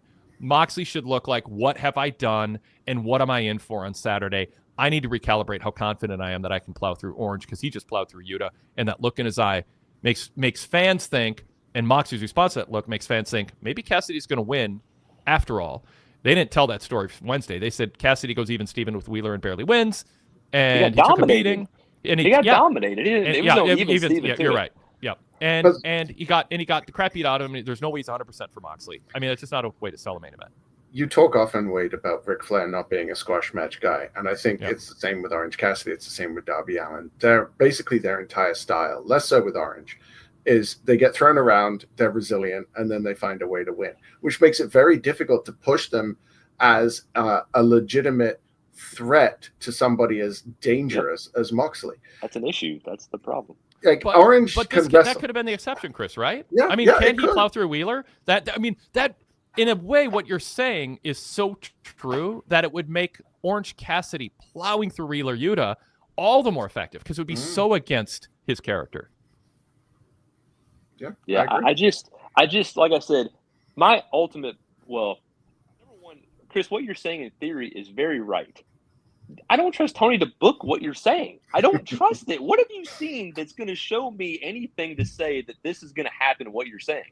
What you're saying is very true. Ospreay is the biggest star in your company. Will Ospreay is one of the biggest stars in wrestling. I mean, even could be bigger than Roman Reigns, maybe. I mean, it could be. Man, he doesn't have the aura that Roman Reigns has, obviously. But I mean, he could be. Zach would, he'd probably die hearing me say this, but I think Will Ospreay is one of the most talented people out there, and I think they should be doing something with him right now. You have him now. Do something with him, and I think they're hurting him by have all these losses. And if he doesn't win the Continental Classic, it's just another one of he's going to lose again in a thing that doesn't even mean really that much, other than have this trophy, Wade, you said, or whatever it is. Like it just doesn't feel like it means that much to me. And so if he loses even that, what are we saying about the biggest star in the company? I don't know. Meaningless trinket, $1 to Todd Martin. So I think the thing is with Will Ospreay, no matter when he finally wins the big one, we're all going to love it. It doesn't have to be now. Also, the Continental Classic is not the big one. Nobody particularly cares. I wish he wasn't in it. That's why. I wish he wasn't in it. That's why. Well, I think a lot of people want big stars. I mean, I like big stars in it, but people want to see him do what he does against the people in the competition. That's why he's in it. But Will Ospreay is amazing. The big difference with him and Roman Reigns is he will never be able to have the aura, like you said. In the ring, he can have a different aura. For sure. A different top guy aura. But I think Will Ospreay is going to win a major match very soon. It's not going to be the Continental Classic because that almost defines him down. He's already won the international title, and people thought that was beneath him. So winning this is worse. Tournament, it's good because of the tournament aspect of it and the fact that he had to go through all those matches to get there. But I think his big win needs to be against Moxley, and it needs to be after Moxley says, "You've proven time and time again that you cannot win the big one. You've failed over and over again. Why is this going to be any different?" And then he steps up and he wins it. Because no matter when that happens, the place is going to go nuts. There is nobody who doesn't love Will Ospreay. He is the archetypical babyface right now. Archetypal, my bad. He's going to get those cheers no matter. You can write it off as a Canada thing. You don't have to apologize. No, my grandfather's tossing in his urn right now here. We do this. When I mispronounce things, I just go, "That's how we say it in Minnesota," and everyone's like, "Oh, okay." I live in Canada and I'm from England. I don't have that excuse. Canada and Minnesota is basically the same language at this point. Yeah. I don't know. I hear what you're saying, and I understand that a lot of people want Ospreay to win and win now. I just think give it 6 months. I think Double or Nothing is their big one, right? Is there WrestleMania or is it All In? They don't have WrestleMania. Yeah, fair enough. But I think for better or for worse. I mean, that's All In's probably bigger. All In's probably bigger though. All Out has diminished it. Yeah, true. Very true. Or vice versa. I mean, just All Out was, I don't know, All In and All Out being in the close vicinity with similar names. It feels like it's one pay-per-view split into two, and I don't know. But that's a whole other topic. Out of season. Yeah. So I wanted to just go to Moxley as far as Moxley. I've always been a big fan of Moxley. I'm just not behind. Chris, you wanted it to move along. It's not moving along. The goal is Moxley's going to shape AEW in his image, whatever the heck that means. And this rah-rah AEW stuff, it's just not for me. That's not what I want in my main storyline of my main title. And you said the beatdowns can't go on. We're still seeing them. Jay White just got totally. Now, Jay White's in a better place now than he was, obviously, 6 months ago, for sure. He's a babyface that's at least on the right trajectory. He's at least getting there. He's on a better, thing. But don't like the main crux of the story. I still don't know what really Moxley is meaning when he's saying all the stuff that he's saying, other than, again, the quote unquote shape AEW in my own image. What does that even mean? I don't like that. No, it was telling on the pre-show when on the panel, Jeff Jarrett, they threw to him, and he was talking about. You're talking. And he was talking about like Moxley's character and what he stands for and what his mission is. And like if you can watch it back, I think it's on YouTube. You can kind of see Jeff going, "Yeah, Moxley really he wants to get this locker room into shape because there's too many complacent guys who take for granted what AEW provides for them, and they're celebrating prematurely and haven't really accomplished anything." And all of a sudden he's like basically repeating his like character, and you can see Jeff going. And I could be wrong. I mean, this is what I read into it. Maybe it's confirmation bias. But I was just like, I think Jeff's realizing this makes no sense, like live on the air. And he goes, and then he tried to kind of like reframe it like, yeah, but there's other ways to do that. Or I think he might be misrepresenting the locker room. Like no one's saying that enough. And it was like, it just sort of hit Jeff. Like maybe this isn't a storyline that we've told well, and we need to rethink it. And now I didn't think tonight they really hammered that. I don't know, Chris. I mean, I'm with Sean on this. You know me. I don't get why we're supposed to boo Moxley's mission, and if the idea is the method is worse than the mission. Well, have a bad mission with bad methods. Why have two contradictory things? I like the mission. I don't like the way it goes about it. And now you're telling truth about a locker room that rings true, which, by the way, in a sort of a meta sense is, kind of how apparently Moxley feels behind the scenes. And he just channeled his character as a heel, even though he sees himself as a babyface behind the scenes for championing, kicking these younger wrestlers into shape so they step up and appreciate what AEW is. So, Chris, what do you think? You will get no argument from me on this. Last time I was on, I said, they need to progress this. They need to show us that this means more. And instead, what they've done is they've just toned down the beatings. Instead of trying to suffocate people with a plastic bag, we're just pouring disinfectant down their throats. And today's just choking them out. Yeah, well, but at least that was with a wrestling move, right? Yeah, like that was today's cool. today's beat. It looked like she was hugging him, and I'm like, is this like a starlight it felt affectionate or I don't Like, I love you, but I'm choking the life out of you. But I do love you though. I was getting flashbacks to The Boys with Homelander's character being hugged into it's just weird. But in the context of what we've seen from this group, today's beatdowns practically felt like a smack in the face. It's just like, okay, well, all we're going to do is hit you in the head with a briefcase. I mean, you see that on every wrestling show ever. So we've been so inured with this violence that we're seeing with broken bones and stuff, that smacking someone in the head with a briefcase just doesn't feel like a beat. And why were they beating up Hangman again? Because Hangman was the one who originally interfered at the end of the match and tried to cost Moxley the title by helping Christian cash in. So that beat down. Right. Okay. It was before Christian.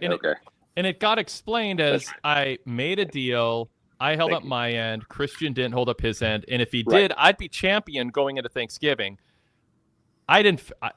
Maybe can you guys or the chat explain how does Christian succeeding at cashing in to become champion make Hangman? And maybe I misheard. Hangman, or was the deal he get a title shot on Dynamite and then he'd be Christian by now? I think so. I think that's what he was saying. That if Christian, he would be the first. He did say he would be the first challenger if Christian. I wish he was, and maybe I missed it. But did he explicitly say we made a deal? If Christian became champ at Full Gear, I'd have gotten a title shot tonight, and then I'd go to Thanksgiving with the belt. He didn't explicitly say tonight, and was it needed? That was what damaged that part for me. Yeah. Because up until then, I thought, wow, you're actually explaining what you did, and it all made sense until he got to the Thanksgiving part. That's what. Yeah, and that's kind of an important piece. Like I had to be like, how would you be champion if you help Christian win the title? Yeah. And if the idea is, well, you're dumb if you don't realize what he means is he'd get a title shot tonight and win it. Well, then I'm dumb. I mean, it took me talking it through to figure that out. But it would have taken 2 extra words. Yeah. Well, 2 extra words. Well, no, it's I was promised the first shot tonight. Well, that's 1 word. Yeah. Tonight. So 1 word even, right? There you go. Yeah. Or on Dynamite. And then the whole thing makes sense and we don't have a thing. But this is such a minor point to complain about. I don't want Zach to start saying, would I prefer that they just had the match without telling anyone?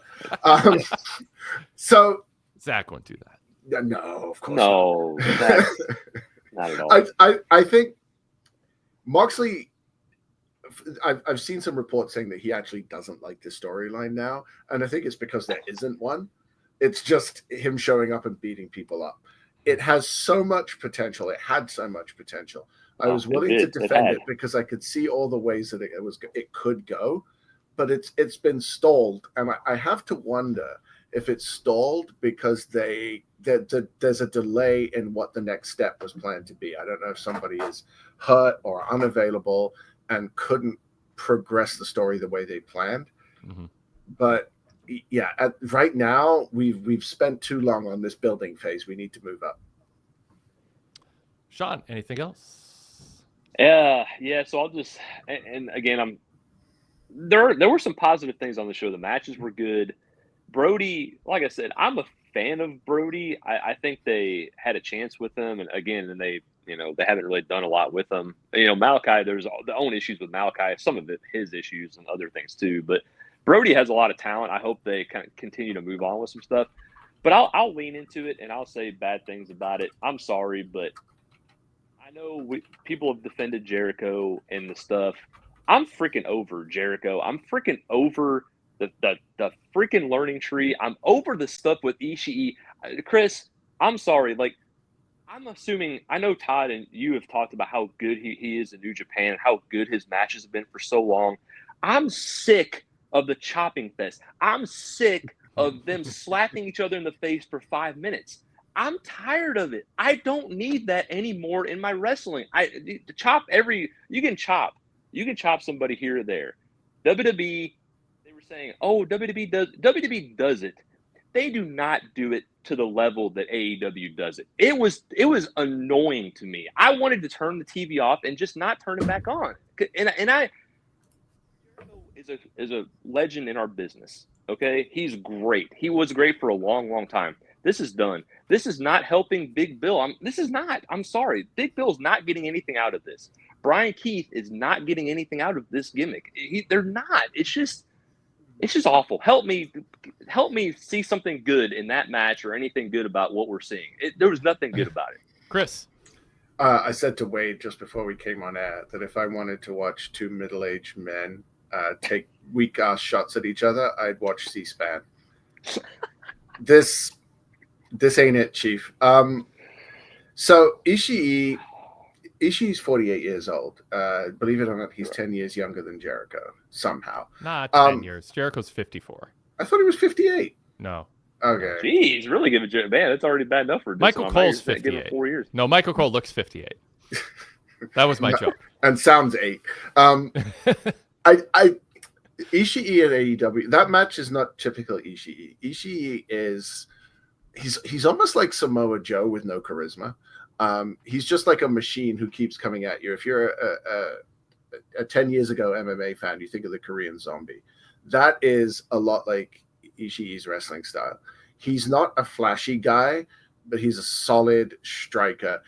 I have been watching wrestling for close to 40 years. I have never seen anyone get slapped in the face enough to break the skin, like to bleed from the face. I've seen it on the chest, never seen that in my life. And I watch almost as much AEW as former completionist Kelly Wells. I'm never letting that go, by the way. So I've seen a lot of him in AEW. This doesn't happen in New Japan. There was a match in New Japan between Minoru Suzuki and I've completely forgotten Blue Justice. Anyway, it doesn't matter. Where they chopped and forearmed the living daylights out of each other for 10 minutes.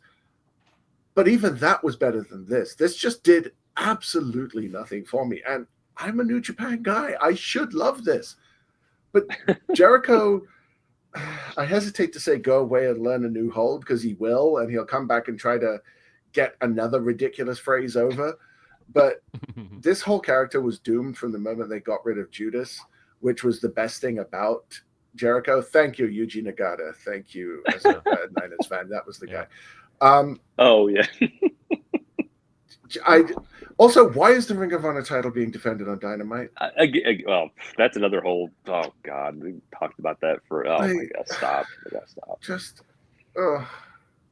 I'm trying to be. I mean, there was some good, like I said, there's some good stuff on the show that made me, and that was early in the show, man. That made me want to just.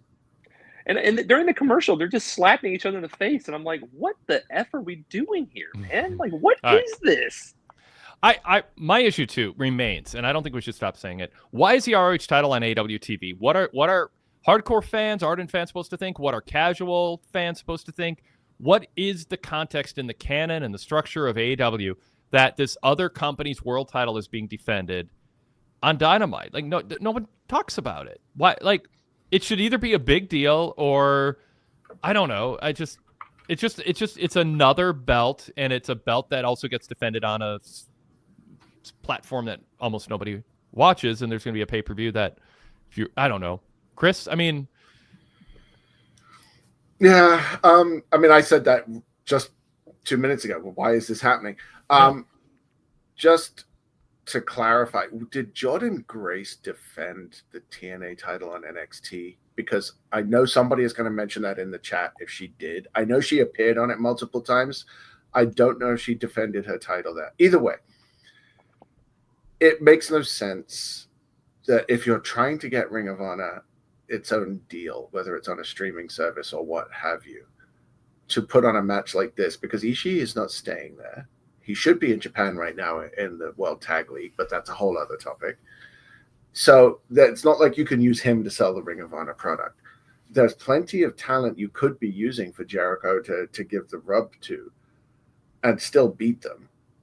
But instead you're choosing to do this and have that match, which is essentially a carbon copy of what he did with Suzuki a few months ago. Like, there's just nothing about this made sense. I understand you wanted to break up the tournament matches. You wanted to have something on the show that was a bit of a palate cleanser, if you like. But this isn't a palate cleanser. Palate cleansers are supposed to be light and refreshing, and this was just hard to watch. Yeah, I don't know. I don't want to prescribe motivation. I mean, maybe Jericho thinks it's the best kind of match he can have now, or he thinks it'll help him get over with a certain group of fans who are souring on him if he really sacrifices his body against somebody like Ishii. I don't know, but I mean, Big Bill on commentary was fun. I liked presenting a plan to Shivani and said someday it might grow into a learning tree, and if a tallest tree in the forest gets blown down, so we're all the same height. And then Excalibur, I think, said, "Well, you're taller than everyone," and he's like, "Well, that you're taking me literally." Like, I enjoyed Big Bill's commentary more than I enjoyed the match because I feel like I've seen it. It doesn't feel like there's stakes. It feels sort of, I don't know, like a geek show a little bit. Hey, look, I'm going to just stand here and let you chop me, and I'm going to chop you, and it's supposed to be damaging, but I'm going to voluntarily accept all these chops. It's always been kind of dumb. Even when Flair and Steamboat were doing it, blasphemy to say that. Like, if you let someone chop you, the idea should be you're being chopped, but you're trying hard to not be chopped, and then you want to chop the other guy. And this is sort of like, a measuring contest. Like, I can take a chop more than you, and I get that to a point, but that should be, if you do it, it should be a spot in a match that you move on from. It shouldn't be the match. And that's felt. I mean, the Judas effect. I think structurally, Jericho was smart in laying out the match in other ways. The Judas effect, the tease of it, the kick out. I don't know. I mean, I think I can imagine him sitting down and going, "We're going to construct a good match that has this thing that happens, and 2 minutes later, it sets up what happens 2 minutes later." There was some of that. It wasn't just amateur. It's just style wise.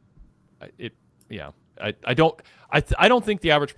I don't think people are tuning in to watch Big Boom AJ are they're going to look at that and think it's kind of a freak show, but I don't think they're going to respect wrestling or be invested in it because these guys are chopping each other for real and bleeding. I think there's more artful ways to go about being a pro wrestler and telling stories in the ring. It's never been for me, but this is not the high version of what isn't for me either. I kind of resign myself to it, but when the crowds are reacting, but now that they're not, I think it's kind of time to say, let's move on. Yeah. Last thing. So what is the tournament the women Hater and them are in now? This is different from the Owen, right? This is some women's cup or something. Like what? Yeah, what Chris, explain it. Yeah, Chris, tell us about it. Can he? Oh, okay. No, so Yeah, I wish they hadn't done it like this, because now we've got a tournament going on the side of another tournament. It's basically for a slot at a mini tournament they're doing at Wrestle Dynasty, which is the day after Wrestle Kingdom and the day before New Year's Dash. I am going to be an absolute mess as of the end of January 6th, because I'm doing all 3 of those shows in a row. Wow. I don't know God if that bless you. tournament has stakes. Man, I'll get up at 4 o'clock, so why not? I don't know if that tournament has stakes, but I'm looking forward to actually seeing Athena on TV for a change. I was thinking that, yeah. Because you got ROH, CMLL, Stardom, and AEW, each having mini tournaments. They all go to Wrestle Dynasty. And, I mean, it's fine. AEW wants an aura of being open, acknowledging international wrestling type company. They're part of a community, an international community of wrestling companies doing different things around the globe. This adds credibility to that. To do it, it gave a little context to the match happening. In that sense, it was fine. But it's obviously, Chris, not going to move the needle on ratings. It's not a way to really build a star, but it is part of AEW's brand. I would call it relatively harmless. Because it does differentiate. It's one of the ways they differentiate themselves from WWE. WWE is a self-contained company. Zach Barber touts this, and others do. AEW has this open door policy, and forbidden doors are broken down, and we acknowledge all these other things. I think acknowledging a bunch of other companies having titles and carrying them around diminishes your own titles, but it's a choice for Tony Khan to do it. I think it's playing to a subslice of a subslice of a subslice of the market you're actually chasing to try to grow. When you think it's going to mean something that wrestlers are carrying around titles from Japan and Mexico or Impact for a while, I think it diminishes the value of yours. Your title should be what everybody wants. They shouldn't want to carry around two. Your title should be the most important. But that's my personal opinion. I stand by it. But, if someone says, no, if someone's carrying around belts from overseas and they want them in other countries and that makes me care more about them, I mean, I'm not going to deny that's not a legit factor on the plus side. Yeah, so where I was going was, as far as this tournament, which is, Zach says that you get a title shot, which, okay, that's at least something if you're going to have this. I mean, have it mean something. But, so the Hater Amanada match was fine. I mean, it was good. I mean, they started slapping each other, too, for a little bit, and I was like, oh, no, don't do this again. But they got away from it. Amanada is very good in the ring. She just loses all the time, so it doesn't really mean a whole lot to go 10 minutes with her, honestly. But with Hater, I'm a fan. I thought she was great before she got injured and was out for a long, long time, came back. The fans are still behind her. I'm behind her. It looks like she's going to face most likely Willow in that next round, that last match. I know we've been debating. I would have Hater go over. I'm way more into Hater as far as her overall. Willow has potential. I think the Stokely stuff really hurt her. I think she's very good. Let me rephrase this. I'm high on her, not as high as some people. Like, I think I like the serious aspect of her, and I want her to be fun, but I do want her to lean a little more in the serious aspect, kind of like when Toni Storm does come back. I want her to get rid of the gimmick she had and be serious and be fun, but still be more serious in a more serious like way. So who do you think should win that match if they do wrestle? Because I would go Hater personally, but I know a lot of people would go Willow. What do you guys think? Chris, what do you think? Oh, that was Jamie Hayter. I thought it was Becky Lynch. She looks more like Becky Lynch every time I see her, honestly. She kind of does, actually. Yeah. It's going to be Jamie because you're going to have Marina Shafir interfere and cost Willow the match after what we saw at Full Gear with Willow tackling Marina Shafir, which was a heck of a visual just to see just Willow flying in out of nowhere. But yeah, I think Jamie Hayter is the one that's going to go to Japan. I would love to see that. There is a counter argument that Willow has been there and has won a title in New Japan, but Jamie Hayter is just made for Japan, and to see her against like a Zeuxis, or I'm not sure who's in it from Stardom. I haven't looked, but if she ends up against even like a Mina Shirakawa or Yamashita maybe, or somebody like that, I'd love to see that. So yeah, I think it'll be Jamie. Yeah, I do too. Well, I wanted to say, guys, Chris and Wade especially, but Ashley, Zach, Adam, everybody on the chat that I've gotten to interact with over this last year and a couple of years. Happy Thanksgiving to all of you guys. But Chris and Wade, Wade, you've given me the opportunity just to be on here, to be a VIP member, be on here, and to kind of talk wrestling and shoot the crap about stuff, even if I agree, disagree, whatever. Thank you just for the opportunity. I appreciate all you guys on the Torch, everywhere in wrestling. I'm just thankful, and happy Thanksgiving to all you guys. I appreciate being on. Happy Thanksgiving to you, Sean. Appreciate it. Yeah. Thanks, Sean. Good hearing from you again. Yep, on a AEW night. Cool. All right, Chris, let's go to an email here. Chris Johnson in the chat mentioned he kept track of the chops in the match. So let's read Chris's email. I like how the Hurt Syndicate have a simple to understand MO. Take the business card and join us. The Killers refuse, and we will hurt you. It works. Yep, that's a part I liked. Their mission statement. They stood together in the ring. That's good. Just pick up. Yeah, and I think in this case, Bobby Lashley did more by standing there and looking imposing and laughing at the idea that Swerve still was relevant. Yeah. That did a lot for me as well for his character. Yep. I actually liked the Continental Classic tournament last year. So glad to see it back. And the brackets look good to me. Going to be some fun matches. Shelton versus Briscoe was good. Chris, just your thoughts on that match? There were good parts to it. I think overall it just kind of sort of was roller coastery. Like some of the spots were nice. Some of those German suplexes were scary because he landed very tight. Yeah, 2 in a row. Yeah.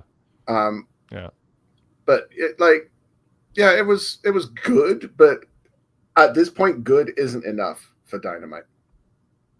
I feel like I understand why Camille hasn't had much mic time. Another cringe Mercedes segment. What'd you think? Chris, you thought it was all right? So I didn't think it was. I don't think Camille's great on the mic, and Mercedes I think had a better version of herself than we've seen, but the bar's really low because she's not been good on the mic. But I was sort of encouraged. I don't know. I mean, it was a quick breakup. Yeah. Camille, I don't know. It was a quick breakup, but it almost felt like we just want to get Mercedes separated from her. Not we think this is going to be a big money angle when Camille faces Monet. So I saw it as there's not much point having a heater who can't do anything right now. So they sort of just write her off. It wasn't long enough for me to cringe at it. I thought Camille's shut up was really well done, but that was about the extent of it. Mercedes shrieking at the end was just in character for her. But I've got a bit of goodwill towards her because her match with Statlander over the weekend was the best she's done in AEW. And if she's starting to get into that sort of a form, I'm really happy for that. So I want to rewatch the match. I didn't like it. I thought it was a good match. I mean, I didn't think it was a bad match, but I didn't like it as much as it seems a lot of people did. Then they're touting it tonight as a women's match of the year. And I mean, I'd have to see the list to think about it. It didn't jump off. It felt like it's long, and Mercedes is finally getting to do what she was good at WWE. But I thought it was a little sludgy at times. Statlander, I didn't think kept up with her real well, and I don't think style-wise she played up her strengths off of Mercedes as an undersized heel as well. So they're just, I don't know. I didn't love the match. I thought it was good though.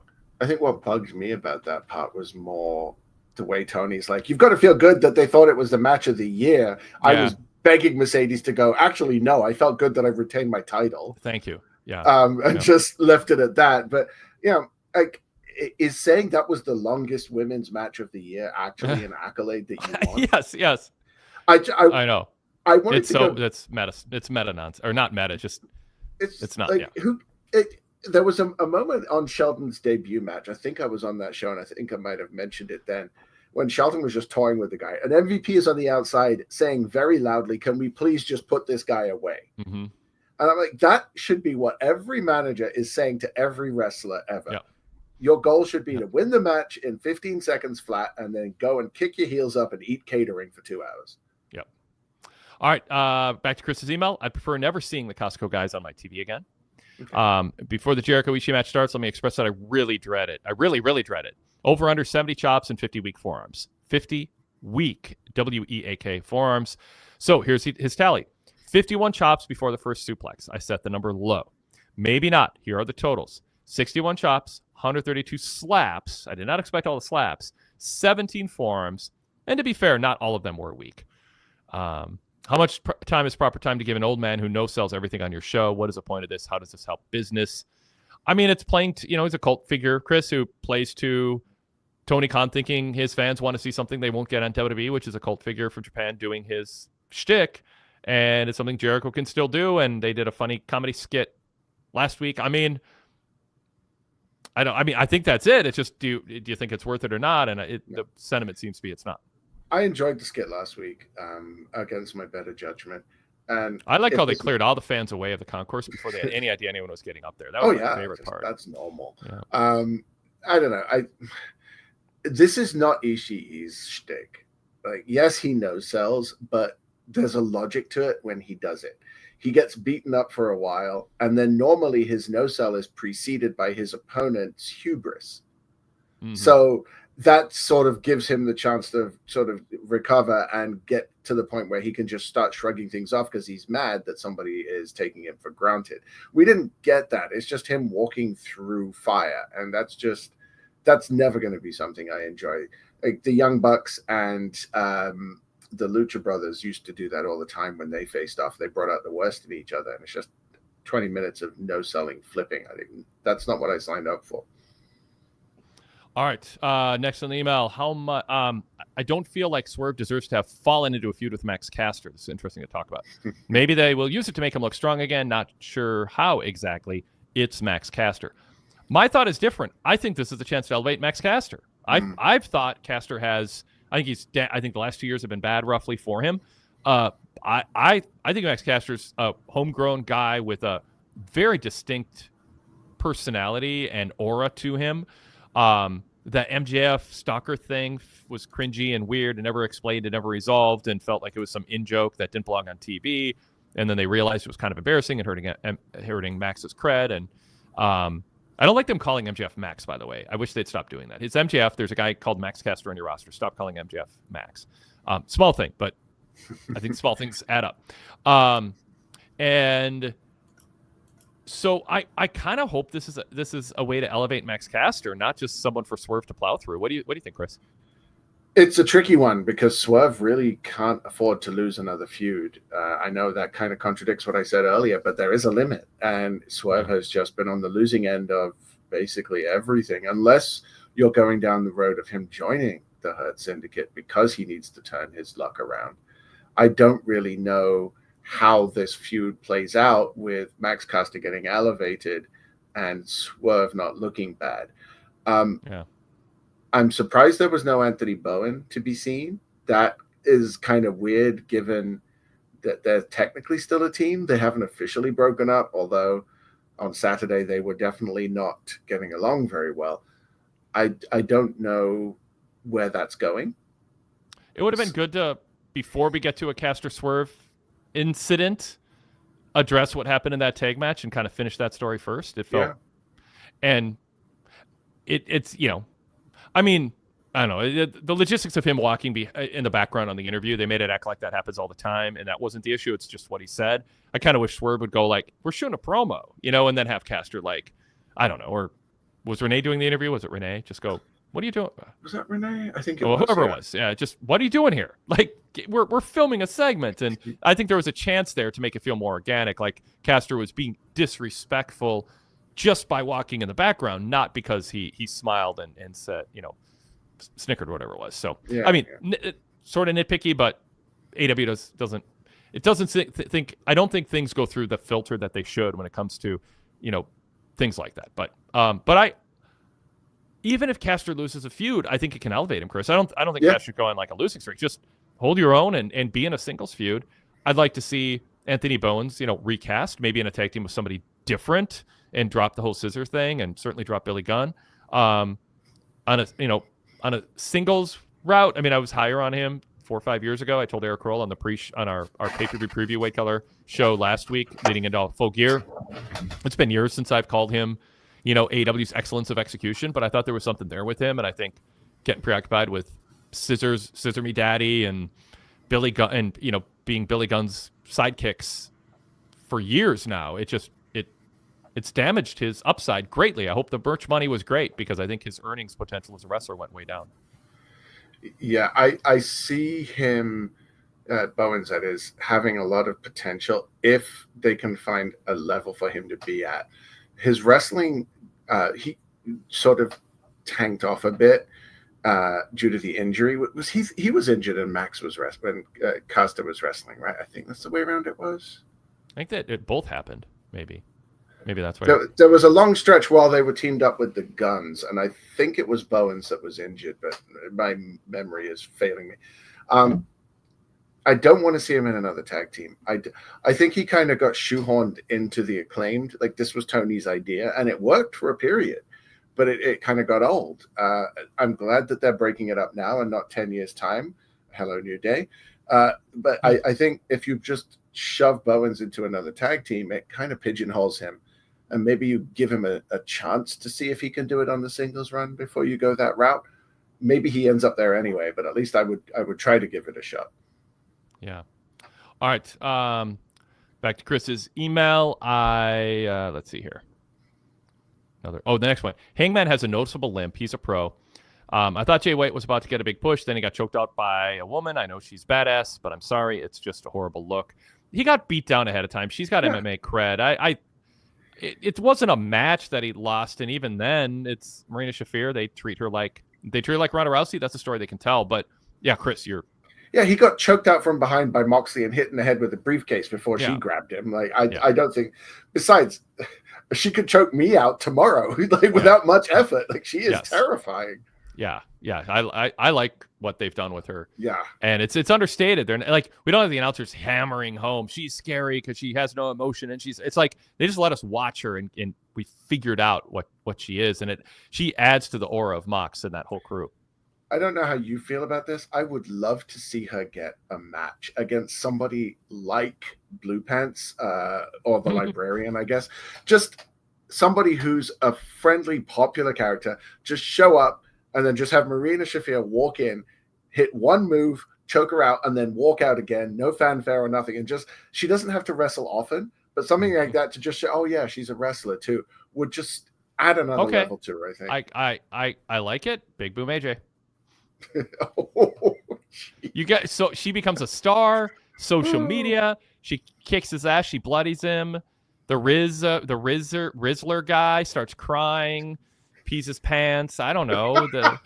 Hey, apparently all that matters is social media engagement and buzz and people scrolling past something on TikTok. So let's do it. And you got to star in Marina Shafir and Moxley then. No. If you're going to do that, what you actually need is Marina Shafir and -1 against Big Boom AJ and the Rizzler. There you go. There's your match. All right. Back to the email. Claudio looks strong as hell. Ricochet's just not clicking in AEW. I did enjoy selling for Claudio. I appreciate how the announcers talked about Claudio's points last year and just missing the semifinals. It makes these matches matter and feel more important. I'd like to know what happened in the arena during the Claudio Ricochet match. Even the wrestlers look confused by it. We had a couple people. Eric Rose at the show. He's going to email us later, but I don't know if he's going to call in. And somebody else, I didn't see their note till during the show that they were willing to call in and be an on-site correspondent. By the way, I'll be better about it. Let me know. I was dealing with the technical issues today and fell a little behind on a bunch of things, shopping for Thanksgiving and stuff. So I didn't keep up on my routine quite as much this week. But if you want to be an on-site correspondent, wadekellerpodcast@gmail.com. If you're going to a show, let me know. It can be the day of the show. Ideally, it's days or weeks ahead. I'll mark it. I'll flag it and be in touch. We'd love to hear from people for this exact reason. This is one of the reasons we like. I want to get back to encouraging on-site correspondence, which I just haven't brought up much lately. But yeah, Chris, talk about the crowd reaction to that match and the match, but also Ricochet at this point. He's just where he was in WWE. Just checking on my notes because I had something specific written about this. AEW finally draws a good crowd and they decide to go into business for themselves. Yeah, that's what I had written down. I half expected a beach ball, honestly, and it was Claudio again. Why were they chanting for baldness? It's not like that's the only time two bald wrestlers have ever faced each other. Yeah, it wasn't a bad match. It's two popular guys. I don't understand why they chose that match. Now, Ricochet, water finds its level, right? And the guy is immensely talented physically.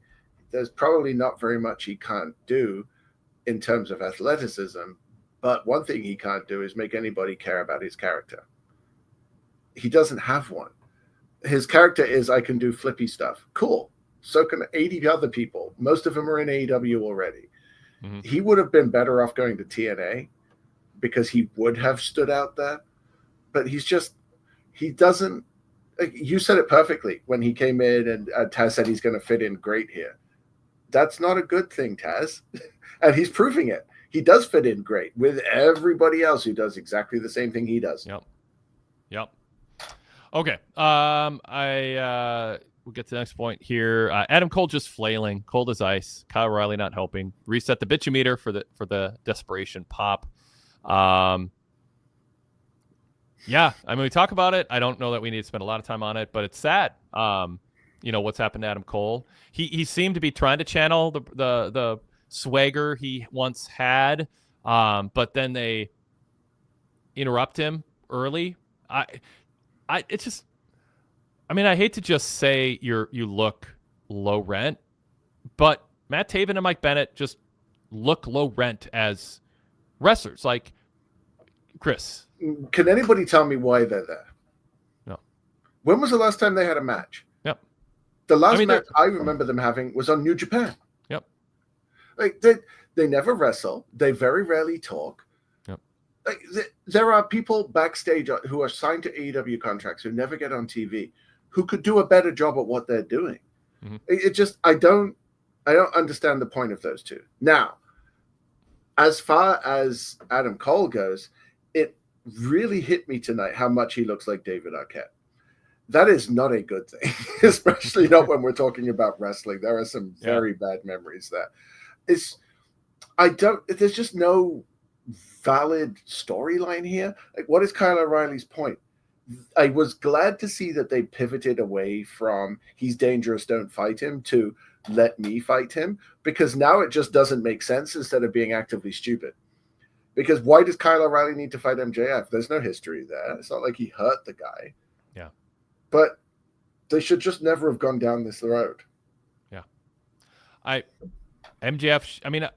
guess it's okay that MJF's showing up on the big screen every week while he's shooting a movie, as opposed to him, being gone forever and then coming back. But, I don't know. I mean, MJF, the story's not written yet, but he is so damaged, and his promos are just always so heavy-handed in I don't know. I think he's so talented, but so always going for just the low blow instead of a body shot. Like, I don't know. He just it's everything he says is so harsh and heavy.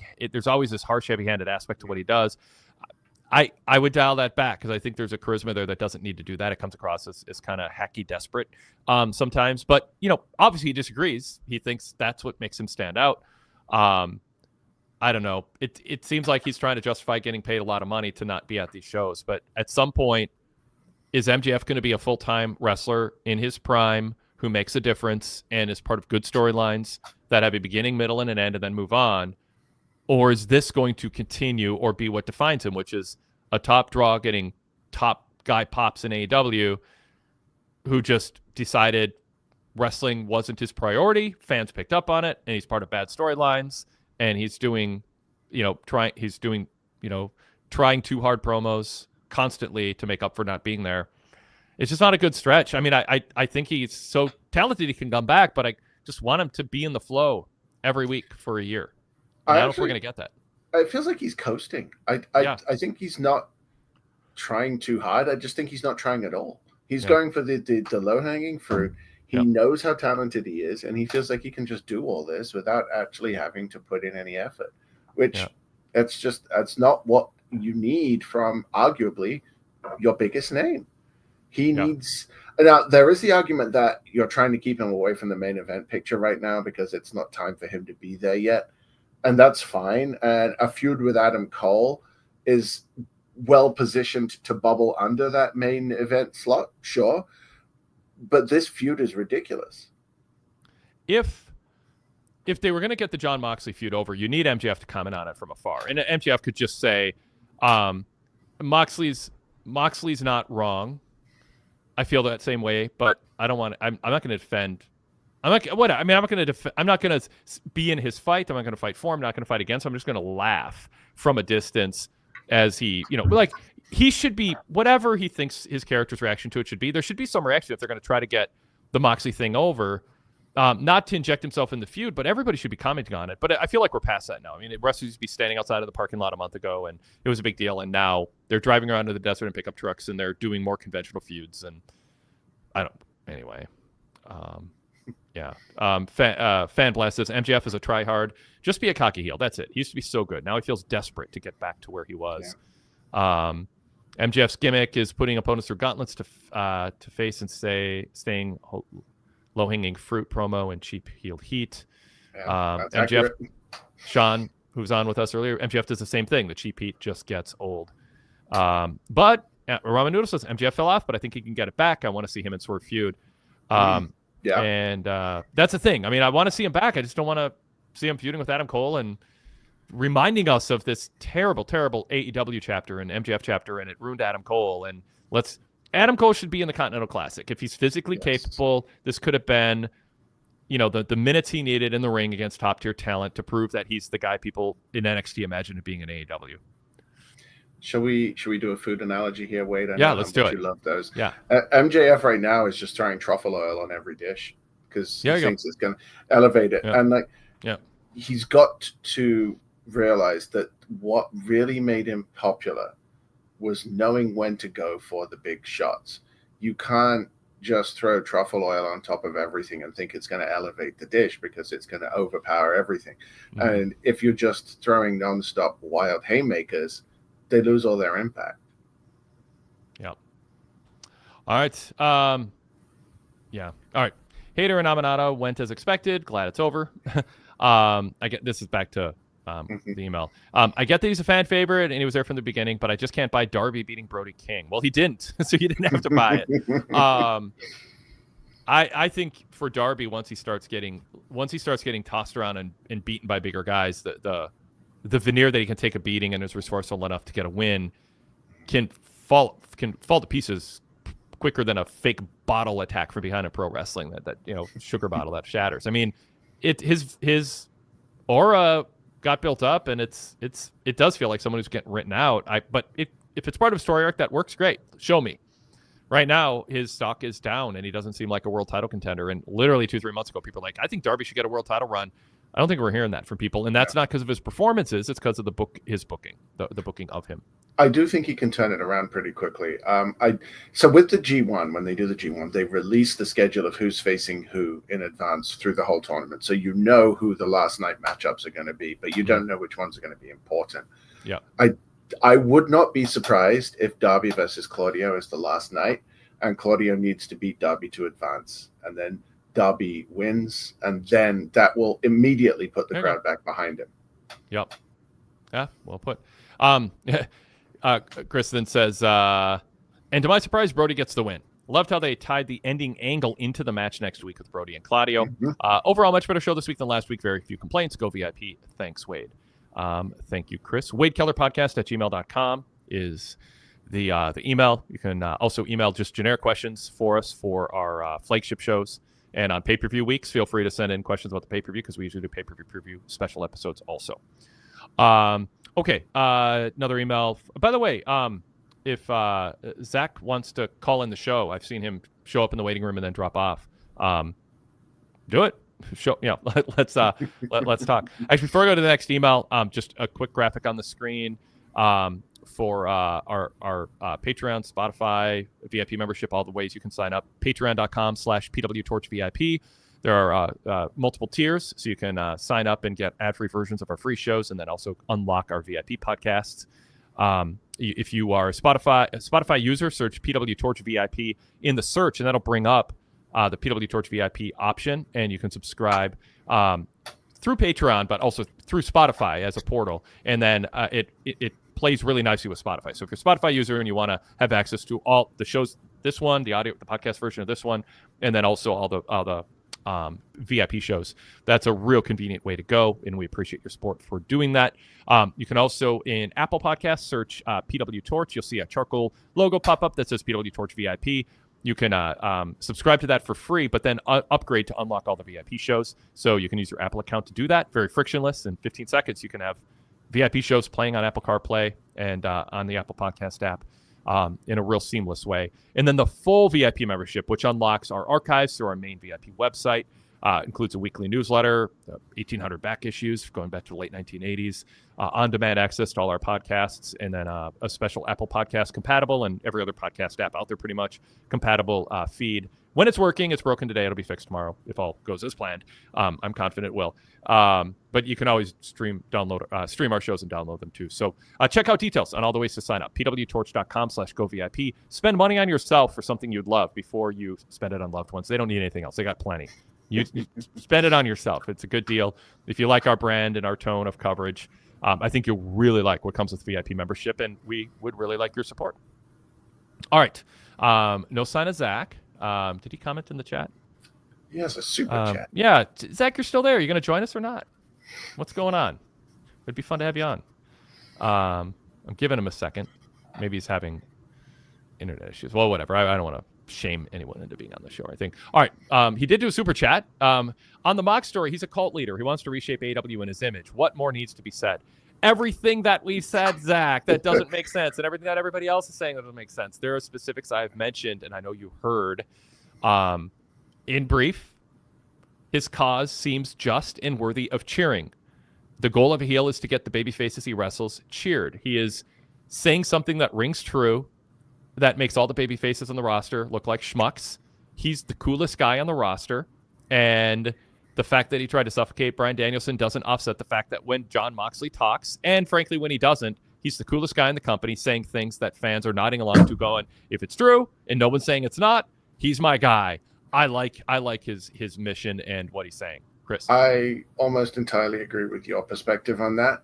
I don't know if that's the prevailing belief amongst AEW fans, because the people that he is talking about are popular, like the people like Private Party and the Acclaimed and stuff like that. The people that he is saying, are complacent and dancing around the ring and what have you. The issue is, though, you can't have a cult if nobody joins it. A cult recruits members. Who's he recruited? He has had the same members the whole time. Yeah. But Park was a founding member, right? And Wheeler Yuta, but he was already in the BCC. It's just, they're not expanding, they're not developing, they're just doing the same thing over and over again. It's not really a cult. It's just repetitive booking. Yeah. Develop the story. The story has potential, don't get me wrong. And if anyone can make a storyline like this work, it's Mox. He has the charisma to do it. They just haven't done anything with it yet. Yeah. What do we know now that we didn't know at the end of All Out? Or Wrestle Dream, rather. This needed to be mapped every week for 13 or 20 weeks. It needed to be mapped out. Like, this is what we're going to do to keep this going. And we're here, like I said, MJF should be talking about it. And Hangman should be talking about it. The Bucks should be calling in to talk. I don't know. But I don't know about that one. But. Yeah, I was questioning myself as it. But basically my point is almost everybody should be talking about it, even if it's not their issue. And there should be it just feels weird if the way the announcer sold the initial weeks of Moxley trying to take things over, he's going to take over the Superstation, which was sort of a jump the shark nonsense promotion. That didn't happen, and made a promise, didn't fulfill it. It didn't even make sense what the promise was implying. It's just it's damaged, and it was flawed from the beginning. And now I think it's I don't know if it's damaged beyond repair, but it needs really, really a real dedicated, meticulous, granular booking, and that's just not what Tony Khan does. I don't think his philosophy or attention span or whatever plays into the type of granular, meticulous, persistent, thorough, long story arcs where it's just clear that's what this season is all about, and it's lost its way already. But the problem is he used to. When AEW first started, he had the first year plus mapped out. Yeah. So we know he's capable of it. Yeah. Even then, I don't think he did what he should have to the degree. It might have been mapped out, but I still don't know that granular week to week. This is everything. It's the 2.5 thing, like every TV show at the end, rough, every is in quotes, not every, but the vast majority of TV shows, there's be like 2.5 things you're thinking about, 2 main things, another thing maybe that is on the horizon and then everything else is just, it's there to entertain you and, build a foundation and tease things, but that's not been the case. It's very philosophically ensemble, and therefore I just don't think anything ever gets over to the degree that it actually could. And I think AEW wouldn't have shed the viewers they have, and I think their pay-per-view buys would be growing if they were doing more of that. But we don't know. But that's what I think. I think that speaks to the larger problem here is that Tony Khan likes everybody to have an even shot at everything. Yeah. That's why everybody gets 14-minute matches. That's why Taven and Bennett are still walking out every week to stand in the ring and lip sync. It's that there is no real hierarchy. There is no, okay, well, you're not important right now, so you need to lose in 5 minutes, win in 5 minutes, or not cut a promo. Everybody needs to be doing something, and it might not make sense in 2 weeks, so we might have to do something else. And that's Vince Russo style. And like that doesn't work long term. You can't do that sort of car crash booking anymore. Yeah. I want to give don't despair on us, Zach Barber. I see him in the waiting room. I'm going to read Sean's super chat first. Sean from Tennessee. It's sad what's happening to Cole because he's so talented. Get him away from Kyle and Roddy and UK, please. So, not the United Kingdom, the Undisputed Kingdom. That's why I'll just underline. I would love to have seen. I would have been so happy if he had been in this Continental Classic, because it would just be a way to just cleanse. Obviously, the story is still ongoing; it's not resolved yet, and much to so many people's chagrin. But they could wrap this up quickly, or could have wrapped it up at Full Gear, and then just turn the page and let Adam Cole go out there and have some killer matches. Maybe physically he's still not able to, and that's weighing on him.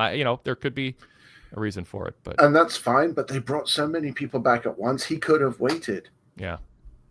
Yep. That's true. All right, Sean, thanks for super chat. All right, we're going to bring Zach Barber onto the show. Zach, welcome. Hello. Good to talk to you. That's a long time coming.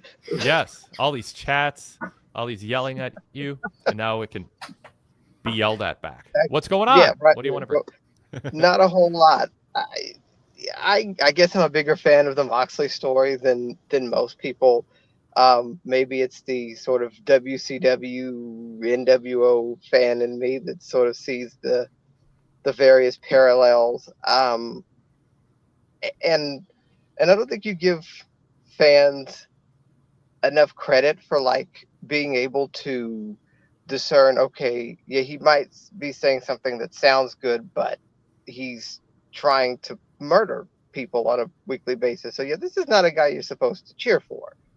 Like, it's pretty clear you're not supposed to be cheering. Right. You're not, but the core genesis of his character is a babyface promo. There's a bunch of young guys taken for granted what AEW is. They don't take it seriously. They celebrate prematurely. It's the old Jim Ross grumbling about people in the back are playing video games instead of poker, and going to their hotel rooms to get likes and hearts instead of going to the bar and drinking like real men. It's like Moxley's channeling that, and I just don't think that's the core heel foundation. But to me, that's not a babyface promo. Like when Undertaker says that, when Undertaker opens his mouth, I think it's a heel promo. But pretty much, I don't think ragging on young guys for being different is a babyface promo anymore. I understand where you're coming from, Wade, because we have a similar philosophy on what we want wrestling to be. Mm-hmm. But for the most part, this is very much an old man yells at cloud moment where Moxley wants everything to go back to the way it used to be. But that's not where we are anymore. And I mean, you see this in all sorts of professional sports, people complaining about, the kids just want to go home and play Fortnite all the time. They're not taking this seriously, but then they still go out and perform. And it's not that I don't like the Mox storyline, Zach. I just don't think it is a storyline right now. I think it's stuck in neutral. It hasn't progressed, and we are exactly where we were after Wrestle Dream. There has been no development. There's been no change. What would progress look like? Well, that's the problem, right? So we don't know any more about his motivations other than what he said. The motivations have changed two or three times. People were thinking Shane McMahon was going to be the brains behind this. That's how off kilter this was. I reported that wasn't going to happen. It's not going to happen. If it does, it'd be a big audible. I think we moved past the higher power pulling but the that's strings. the point, that's right? The point, yeah. That's the point. Yeah. That was the start of it. this isn't your company anymore. Then there was a higher power. Then there was it's all about people who are being complacent. And now I want to reshape it in my image. So he's had all of these different motivations for an angle that should just have been simple. I have the title, I have the power, and now you will do what I tell you when I tell you. And if you don't like it, we will beat the living daylights out of you. That is a simple motivation for a heel group. And stop talking about AEW as his mission. He should be selfish. Heel should be selfish. And he's talking about wanting to fix AEW and take AEW to a better place. I mean, I just think AEW fans are like, hey, this is a guy who wants AEW to succeed, and he sees something that's wrong with it at a time when crowds are small and the arenas are dark, and maybe he's got a point and we should listen to this guy. I think I'd push back on that because there's a difference between fixing it and making it succeed. Fixing it in his mind is not what other people would consider fixing, right? He's not trying to make it successful. He's trying to make it look the way he wants it to look. That's a villain trope, right? Is I want everything to be the way I want it to be. And that's fixing it. That's restoring the way that the order of it should be. The problem is he's had 4 different motivations, and all we have seen him do is show up and beat people up. We don't know what he wants to do with this title. We don't know what taking over AEW means. We don't know if he's working for somebody else, if he is the figurehead. All we know is he likes to come up and beat people, and that's it. Like we haven't seen him do or say anything else. And it was cool to start with, but until we get something different, it's just copy paste. And it was over the top from the beginning. I mean, trying to suffocate to death someone, and then you're just, come show up for work, and we're going to pay you. It just, it just takes me out of it. I can't buy that they let him in the building when he tried to murder or scare Danielson to think they were going to murder him, but somehow he had the medical expertise to know exactly how long he could go without oxygen before he, it's just, it felt way too heavy-handed.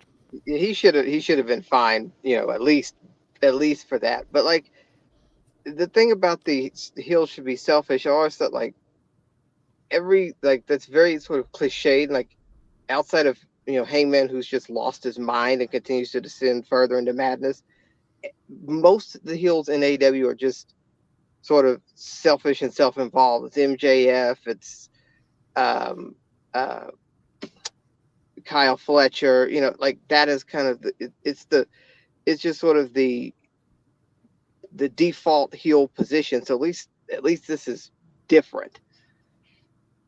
The other thing I want to bring up was the Mariah May Mina Shirakawa thing, which kind of got skewered over the weekend. And I didn't, if you read my piece today, I didn't, hate it as much as most people. I like that Mina wasn't a dumb baby face. She knows that her, I guess now former best friend is a sociopath, and what she's capable of. So she was prepared in the event that, Mariah turned on her, and she went full Jackie Chan and kicked that bottle out of her hand, which was very cool and impressive to do in open-toed shoes. And, she sort of explained that tonight. I don't know if I wanted a promo from her more or from Mariah May to sort of explain why she was going to turn on Mina, because that was the thing. They didn't have Mina, so they couldn't really tell much of a story. And they didn't do a good job sort of explaining why Mariah would want to turn on her, which is because she perceived that she betrayed her by teaming with Toni Storm in Japan. And they could have just reminded us at least that she teamed with Toni Storm in Japan. And it's also strange that they're having that match at Winter is Coming. Why having that? Why are we not saving that for World's End? Maybe it's multi-chapter story, and you got to fill TV time. And I'd like some backstory to some of the TV matches. I'm okay not milking that for that long. I don't think they're over that much where you can spend 5 weeks building it up. I'm better off getting to it a little quicker. Chris, what do you think of Mina's interview tonight? The sit down. It was a little awkward, but that's to be expected. This whole angle is a bit weird for me. I don't really know how to take Mina. She's very talented, but she's like definitely on the lower end of the talented spectrum when it comes to stardom. Well, the upper mid card is in stardom anyway. So it kind of lends to the fact that she's over here for other reasons. And then she had to go and do that whole nonsense with Harley Cameron, which I'm just like, come on, like, aren't we just past this? Let's not rag on Harley Cameron because she is objectively hilarious. Yes, but do you want your ostensibly main event world title challenger, I don't want to say rubbing shoulders with, crossing the path of a comedy character? Like there's a reason you didn't see Randy Orton taking on Santino Marella right before he faced John Cena. Right? Like, it's just, it kind of plays things down a bit. I think the reason they're putting it on TV is because Mina's going back to Japan, and they want to get that match done before she goes. That's logistics can sometimes speed something up too. I mean, given what we've seen, that certainly makes sense. And obviously, like the Toni Storm return is coming, and it cannot come soon enough for me because this is all part of retired. This is all part of that story, which I think, I saw something from Sadler about Mina should have been side-eyeing the title. This is all still part of the same larger Toni Storm, story, which is why I mentioned, Mariah would perceive her as betraying her for teaming with Toni Storm in Japan. The chat, by the way, wants Storm to come back, and San Francisco Niners fan 23 says Storm returns at Winter is Coming. So maybe they, pass the baton and move from Mina to Storm in this feud. Yeah, I mean, that would mean would they have a match? Would they try to cram a Storm May match it at World's End and then again in Australia? Because I assume they have the big match in Australia and Toni gets her revenge and becomes a 4-time women's champion, and Australia goes crazy. I'd love that, but I'm very hesitant to make that declaration because I thought Will Ospreay was winning the title at Wembley. I wasn't alone in that, but that didn't get close to happening. It would be awesome if they not only did that, but it main evented the show. Amen. That would really turn some eyes, or turn some heads and attract some eyes. Anything else, Zach? You want to go? We're past tour mark, and we have on-site correspondent waiting too, so I don't want to go. Call us sooner next time. Okay. Yes. Yeah, call in sooner. I think that's all I got for now. Okay. Cool. Well, happy Thanksgiving. Happy Thanksgiving. It was nice finally talking. Going one-on-one with you, yeah. Yes. Well, one-on-two or one-on-one. Yeah, I know what you mean. Thanks, Your favorite, a three-way. Yeah, triple threat conversation here. No disqualification, anything goes. Thanks, Zach. Bye. Bye. All right. Timing. Some of this is my fault, but they taped after Dynamite, so we got a couple on-site correspondents. We're going to keep it brief with both of them, hopefully, because it's late and I got to wake up and cook Thanksgiving dinner. Did you say one of them was Eric Kroll? Yeah, one of them is. It's not going to be brief. Well, we'll see. We're going to start with Chris for that. Chris from Chicago, welcome. You attended tonight. How's it going? Yeah, good. Can you hear me all right? Yeah, you sound good. All right. Cool. First time using this app.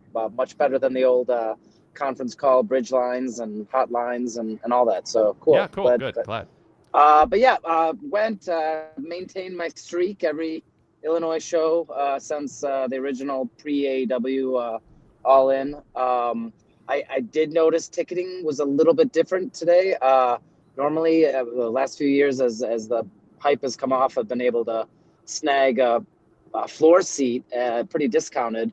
And then this year they were all gone. I guess I heard someone was commenting that maybe a lot were comped to guests or whatever. So I had to suffer. There was a big surge of tickets late. They had 2681 distributed according to WrestleTix 5 days ago. And they ended up with 4271 distributed 10 minutes before the show started. So, that's a big improvement. That doesn't include that includes sold, or that would also include I guess tickets distributed. That's very, very specific wording. That can be handing 1,000 tickets to a high school and a college, and they all show up to. Yeah, it's right. And it's not revenue. Being from here, there's always a lot of friends that I've sat before on the hard cam side with friends and family, and you're sitting next to Tony Khan's like college roommate and whatever. So maybe who knows? Yeah. Who knows what it was? But I had to suffer the indignity of sitting off the floor for the first time. But actually, I do see why people might actually prefer that, because you get a little bit more of a height and perspective. I do. And yeah. It was kind of fun seeing all of a sudden Pac snaking through the crowd. I wouldn't normally see that till he's sort of on you, or more auditory. You heard the crowd buzzing. So it was kind of cool to have that perspective. I think they not surprised they didn't tarp, but they didn't really they hardly had anyone up in the upper levels.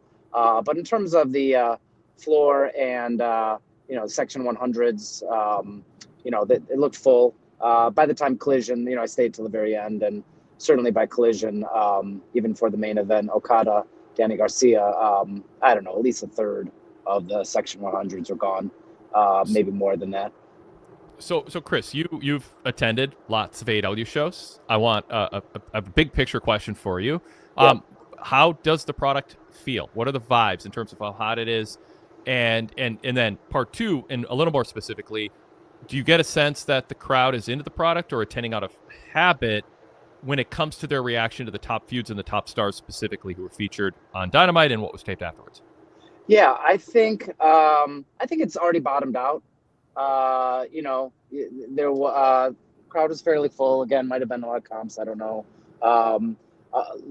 Late in Collision, a bunch of people moved down who, a couple sat next to me and were not necessarily fans of AEW.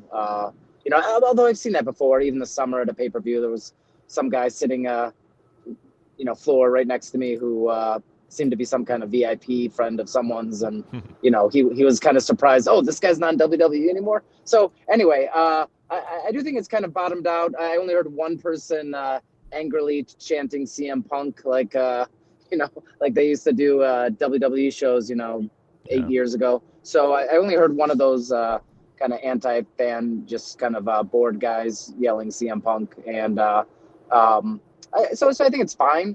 Of course, it's nowhere near the peak. And watching the show, some of the bigger moments were ironic chants. What was that? That was this year's All In when it was last year's, I guess, last summer with the meat match, when everyone started yelling. Everyone just turned every typical wrestling chant into something meat oriented for Powerhouse, Hobbs, and Rusev. And then tonight, for I'm sure you could hear on TV, but Claudio and Ricochet, didn't help that the ref too, Rick Knox, they're all bald, so they turned every typical wrestling chant into something bald related.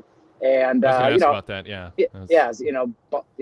Bald is awesome, and this is baldy, whatever. Literally doing everything. So I took it. I don't know. It did remind me also a little bit of the nadir of WWE, where the kind of board chants and as you would always talk about the fans kind of becoming part of or wanting to be part of the show. It's also Thanksgiving Eve, and so it's a bit festive, and people are just kind of being silly. There was a couple moments, in terms of heat or excitement. Jamie Pater got a little bit better of a pop than she's been trending recently. Wheeler, people really hated Wheeler Yuta. There was that was in he was in obviously in a match, maybe unadvertised for Collision. I think there were a few other moments. Gosh, there was somebody that was booed. I can't recall right now. It was during Dynamite that kind of surprised me. And then I don't know if it was something about the match or otherwise, but generally speaking, my sense of it, it's bottomed out. I wouldn't say it's on the uptick, but at least it's not like the floor is still falling out from under. You kind of know who's left, in terms of fans. And, as I looked to scan the crowds for the familiar faces, obviously the super fans, the ref shirt guy and the Brock Lesnar guy, and they're still there. But in terms of the less famous, the kind of Chicago area locals that I normally see, I only saw a couple. So take that for what it's worth. So, well, Chris, do you have a question for him? Yeah, I'm wondering. Chris, there was a point during the Ricochet Claudio match where everybody on the hard cam or opposite the hard cam was looking in one direction and cheering. Oh yes, yeah. That was a great moment. Kind of reminds me of oh god, way back in the day at what was that, Madison Square Garden? I was there for like a WWE show, and it was back during Becky Lynch's like Becky 2 belts, and somebody held up their baby, and like the people like positioned so the baby was holding 2 belts, and then everyone chanted baby 2 belts, and the crowd took over, and then anyway, so it just reminded me of that. But basically 3 big burly bald men in the audience like got together and rubbed their bald heads together, and people went mad for the bald is awesome kind of whatever.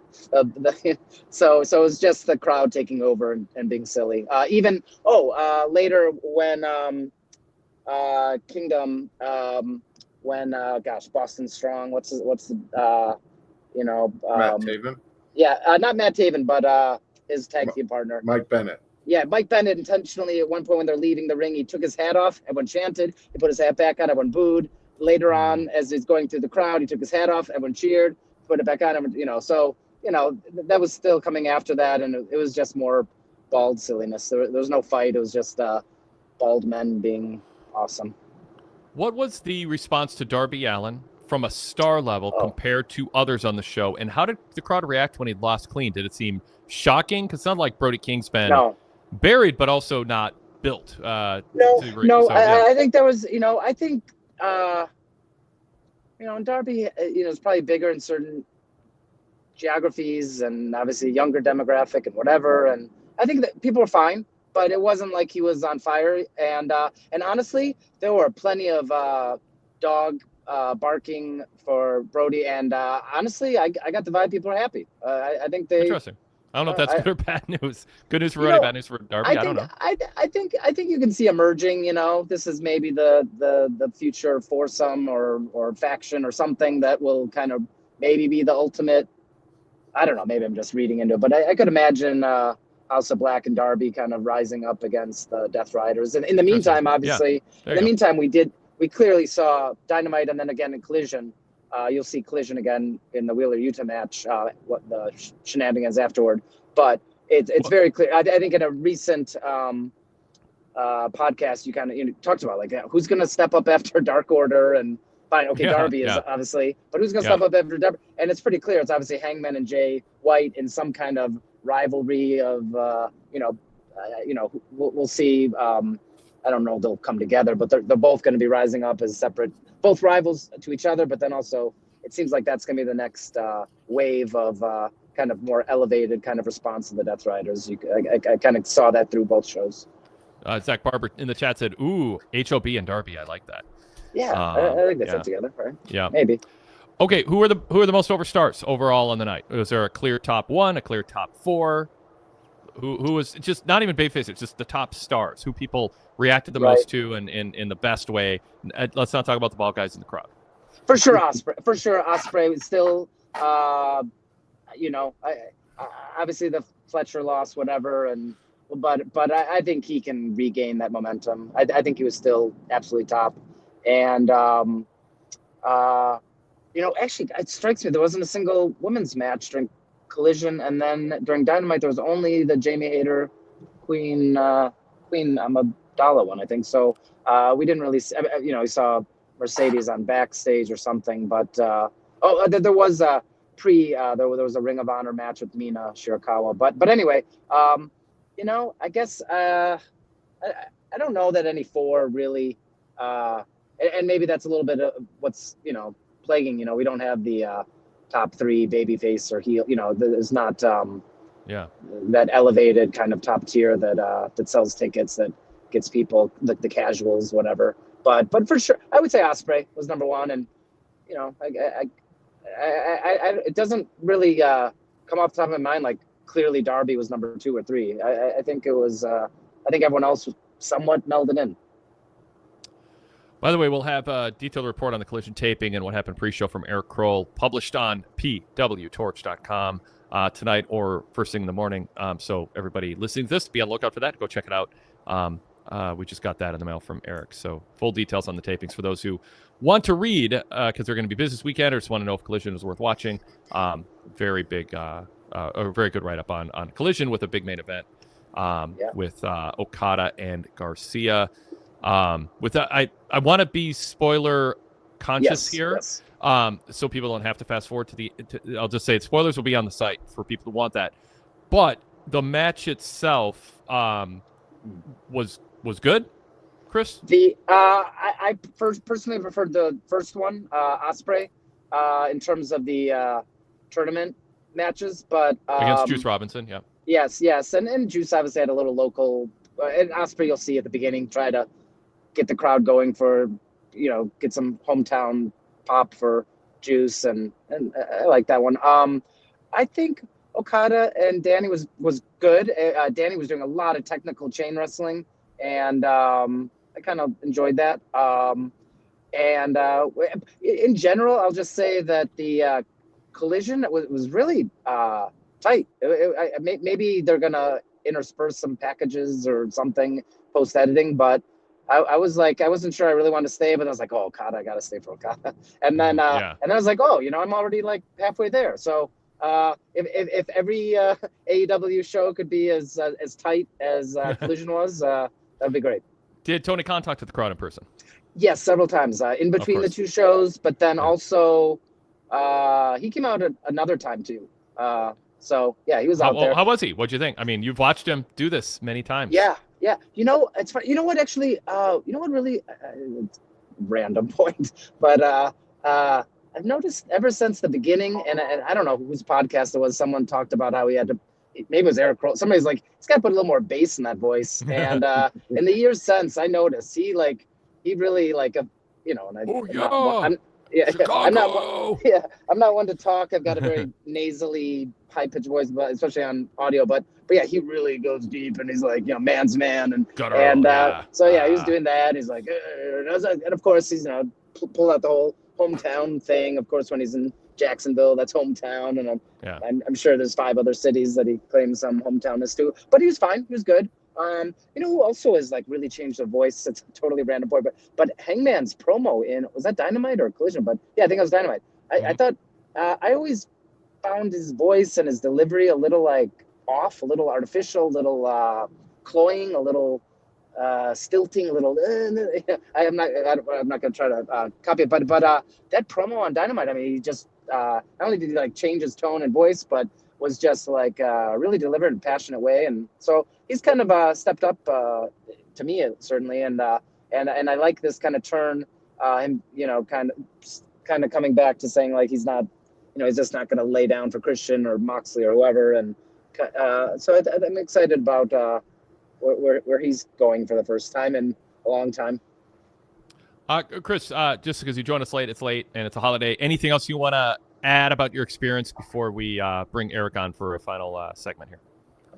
No, it was a good show, and it's nice having them bundled together and kind of running through them pretty quick. There's only 1 or 2 things before Dynamite, so I didn't, wasn't as draining as sometimes dual taping or a pay-per-view can be. So yeah, I had a good time. So well, thanks. Chris, thanks for calling in. I really appreciate it, and join us next time that you attend a show. Will do. Appreciate it. Awesome. Happy Thanksgiving. Yep.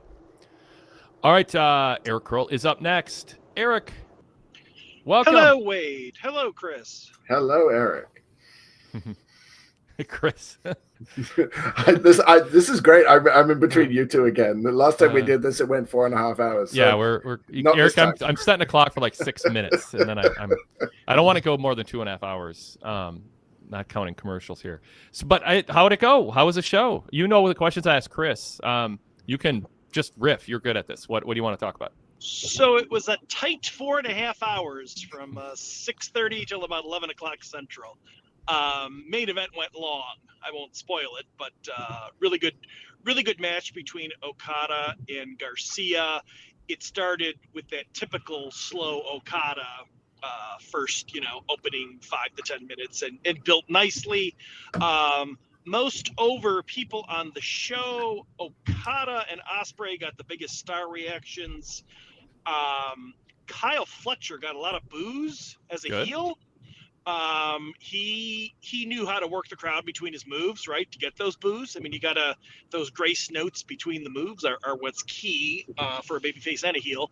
And so Beast Mordos was over a lot more than you would expect given his push or lack thereof. But he's just so spectacular in the ring that good work gets over. And he certainly did. I was surprised at how little heat the Ishii and Jericho match had in the building on Dynamite. Why'd that happen, Eric? I don't think a lot of people in the crowd didn't seem to know who Ishii was. So they drew casuals? Were they expecting to see Big Boom AJ or something? What's going on? Well, when Big Boom AJ video packages were on the screen, there were lots of booms. So, much to my annoyance. Not boos, booms. Okay. Yeah. So, Jericho looked old. I don't know if he looked old on TV, but just his physique seemed his physique was not great. I was surprised. He's lived a hard life.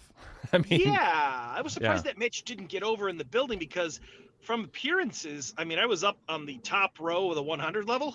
You could see Ishii's face. Like it was like purple or red. It looked like they were beating the hell out of each other. Is that how it came across on TV? Oh, yeah. Bloody mouth, bloody. Yeah. Yeah, and that usually gets over. That kind of match usually gets over with any crowd. They were not into this. Jericho didn't get much of a reaction when he came out, and it was just kind of dead in the water, which annoyed me because I'm no fun Eric, and the crowd went into business for itself during the Ricochet Claudio match. Yeah.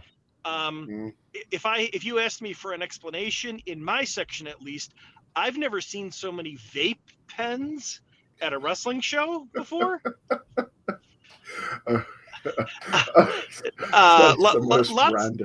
Lots of puffing going on. Interesting.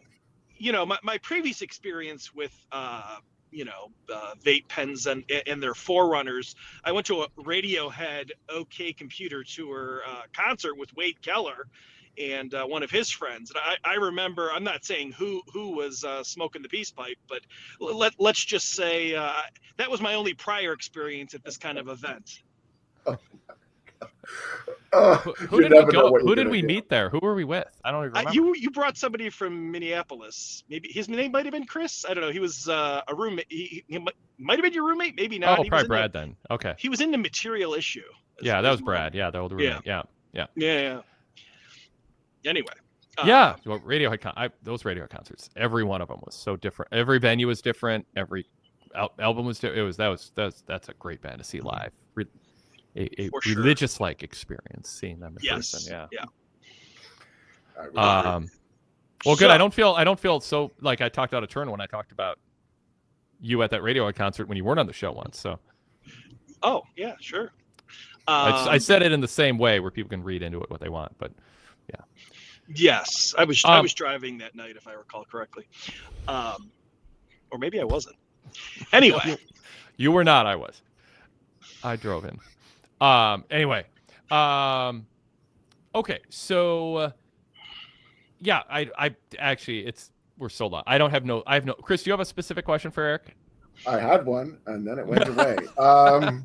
No, it was something. In a puff of smoke. In a puff of smoke, undoubtedly.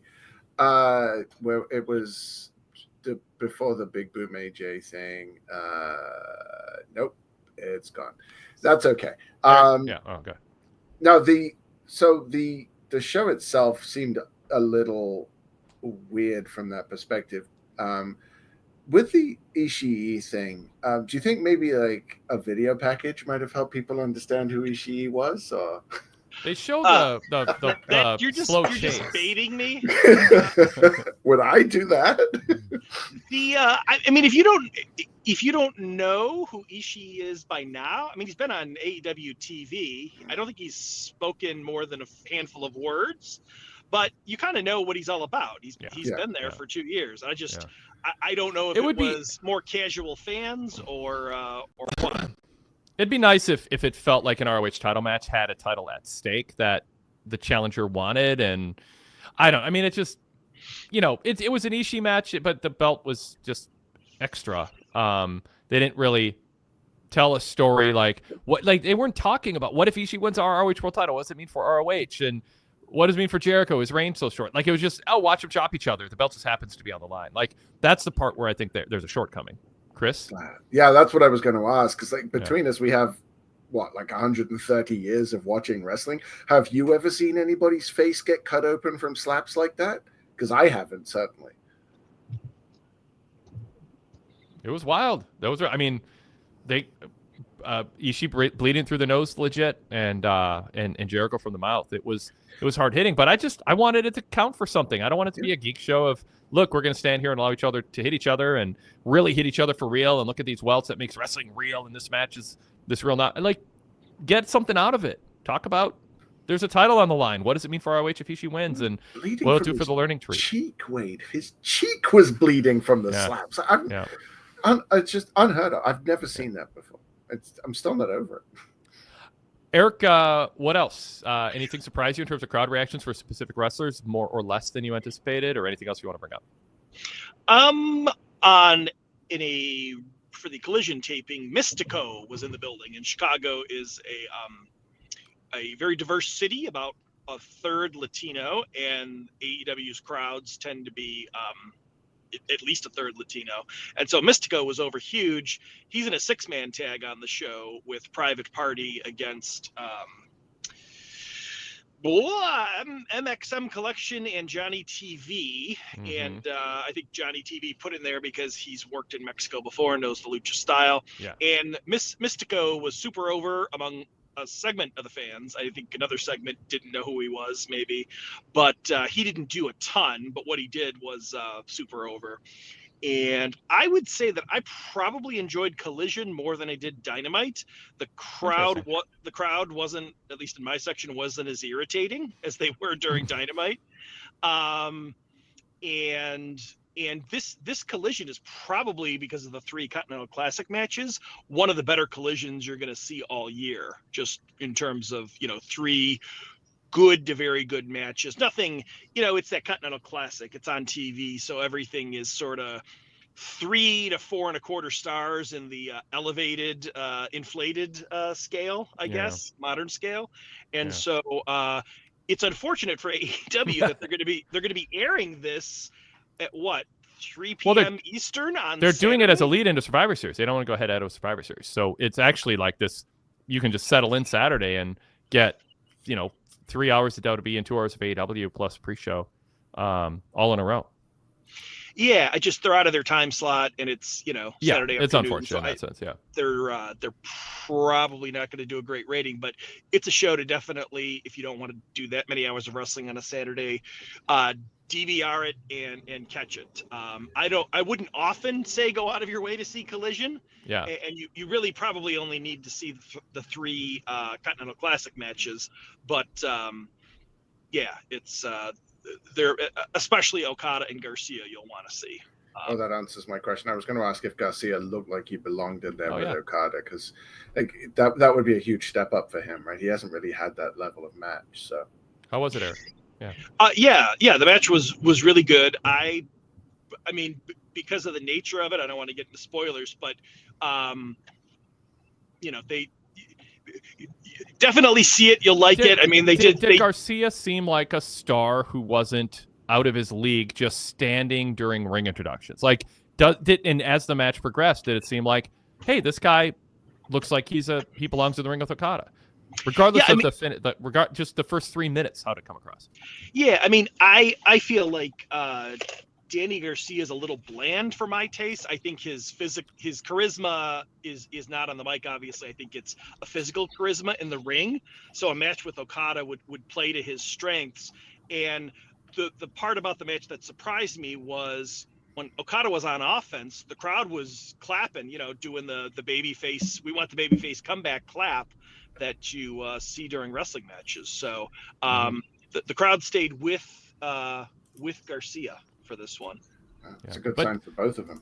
But Eric, in your opinion, I don't care about the crowd right now. How did you feel about, you talk about the charisma, but does Garcia pass the test? You go, yeah, he looks like he deserves this push. It's worth it. don't go too far, but this is good, or no, he's getting overpushed and he looks like a bland mid-carder? I mean, I like Danny Garcia in the ring. To me, his ceiling would be upper mid-card act. Mm-hmm. You know, he would be a cut below all the top guys and like Hangman Page and so but you know, he's also still developing, still growing. I don't think they've overpushed him yet, Okay. but right now, beyond where he's at, I think probably you know, you might be over pushing him. I don't think he's like a semi-main event kind of guy on a pay-per-view yet. All right, anything else, Eric, before we let you go? That is it. Wade, do you have just a bunch of side dishes tomorrow? Do you make a tofurkey? What are we talking about? I actually got some breaded vegan turkey cutlets that I'm interested in trying out. But I'm making mashed potatoes and gravy with vegan butter, and you know, I didn't get vegan sour cream. I was going to mix that in, but it'll be fine. And then add some nutritional yeast to it to add a little zest, and corn and cranberries and green beans, some vegan rolls, some good French rolls, sweet potatoes baked in the air fryer, so just got a crispiness on the outside. Vegan gravy, easy enough. Just some vegetable broth, some flour, a little cornstarch, and onion seasoning, a little vegan bouillon cube, and add some mushrooms. Yeah, I've got it all. I had to shop twice because I forgot a couple things, but it's all ready. It'll take me like 45 minutes to make. There's nothing to making Thanksgiving. I do it almost every year. I enjoy the process as long as I start with a clean kitchen. Okay, sounds there it is. Delicious, except for the lack of turkey and ham, but that's okay. Ugh. God, I miss turkey, like the really good like sliced deli turkey. I miss that. Ham I don't miss at all. Yeah. But yeah, it's whatever. It's you slather it in you slather the vegan cutlet of turkey cutlet in gravy, and it's meaty, and it has all the things you like about turkey. It hits 8 out of 10 of them, and it's salty and flavorful. It's not as good as turkey, but whatever. It's not a poor turkey going through torture. Happy U.S. Thanksgiving, gents. Exactly. Yes, everybody. Yeah. Well, happy Thanksgiving to all of you, even though I have to go to work and act like it's a normal day. You're up here. Well, it's like, man, we kept you up late.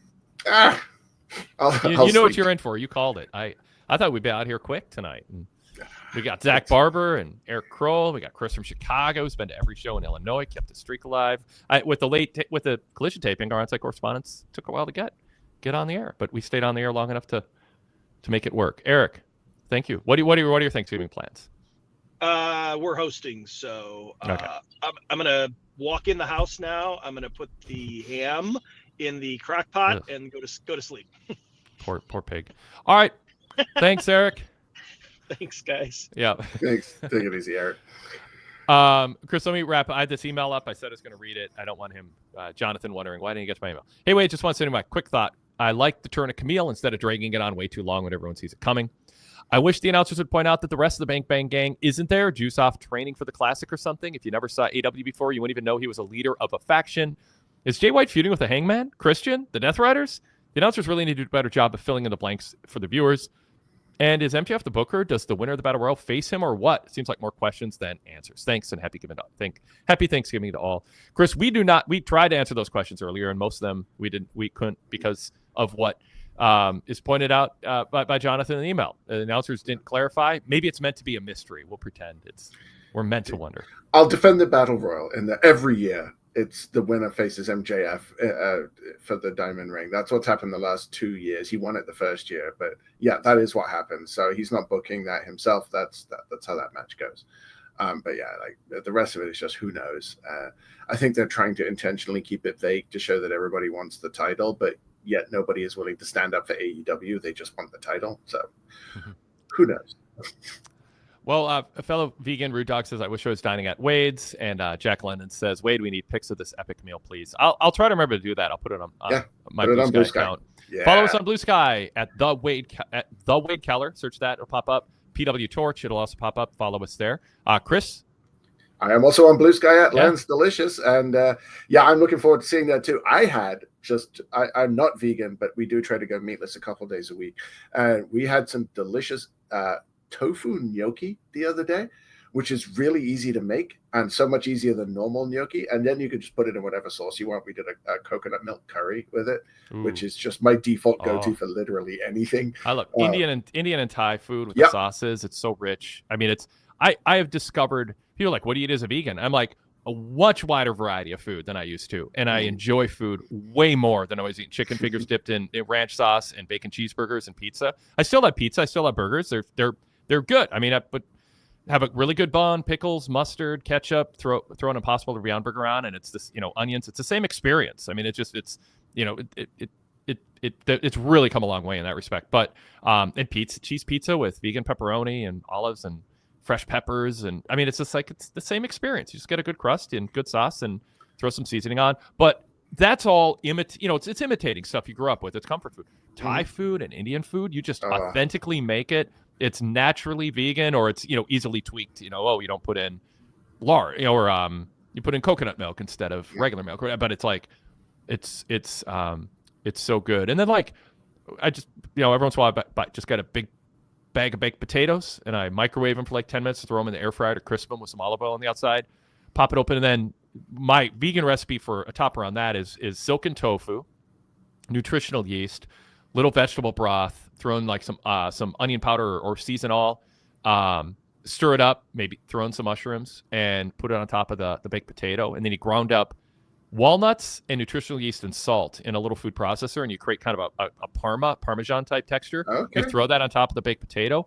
And then on top of that, tempeh, with a bacon flavored tempeh, like smoked tempeh. You crisp it in a pan, throw it on top. It's like crunchy bacon bits on top of this Alfredo creamy sauce that has a little cheesy tinge to it with the Parma. It's so good. It's totally full of protein and healthy. You can throw some butter in there too, and olive oil in the sauce. We need a food chef, right? Yeah. Watch out for my Blue Sky in March. We do a burger battle here every year in March. Interesting. There's normally 40 odd burgers, and my wife and I have all of them in a 31-day span. Now we split them and have half a burger each because we don't want to die. But honestly, I am a huge foodie, and I could talk about this for hours. Like, just put some variety in your cooking, folks. I cannot tell you how much you're missing out on.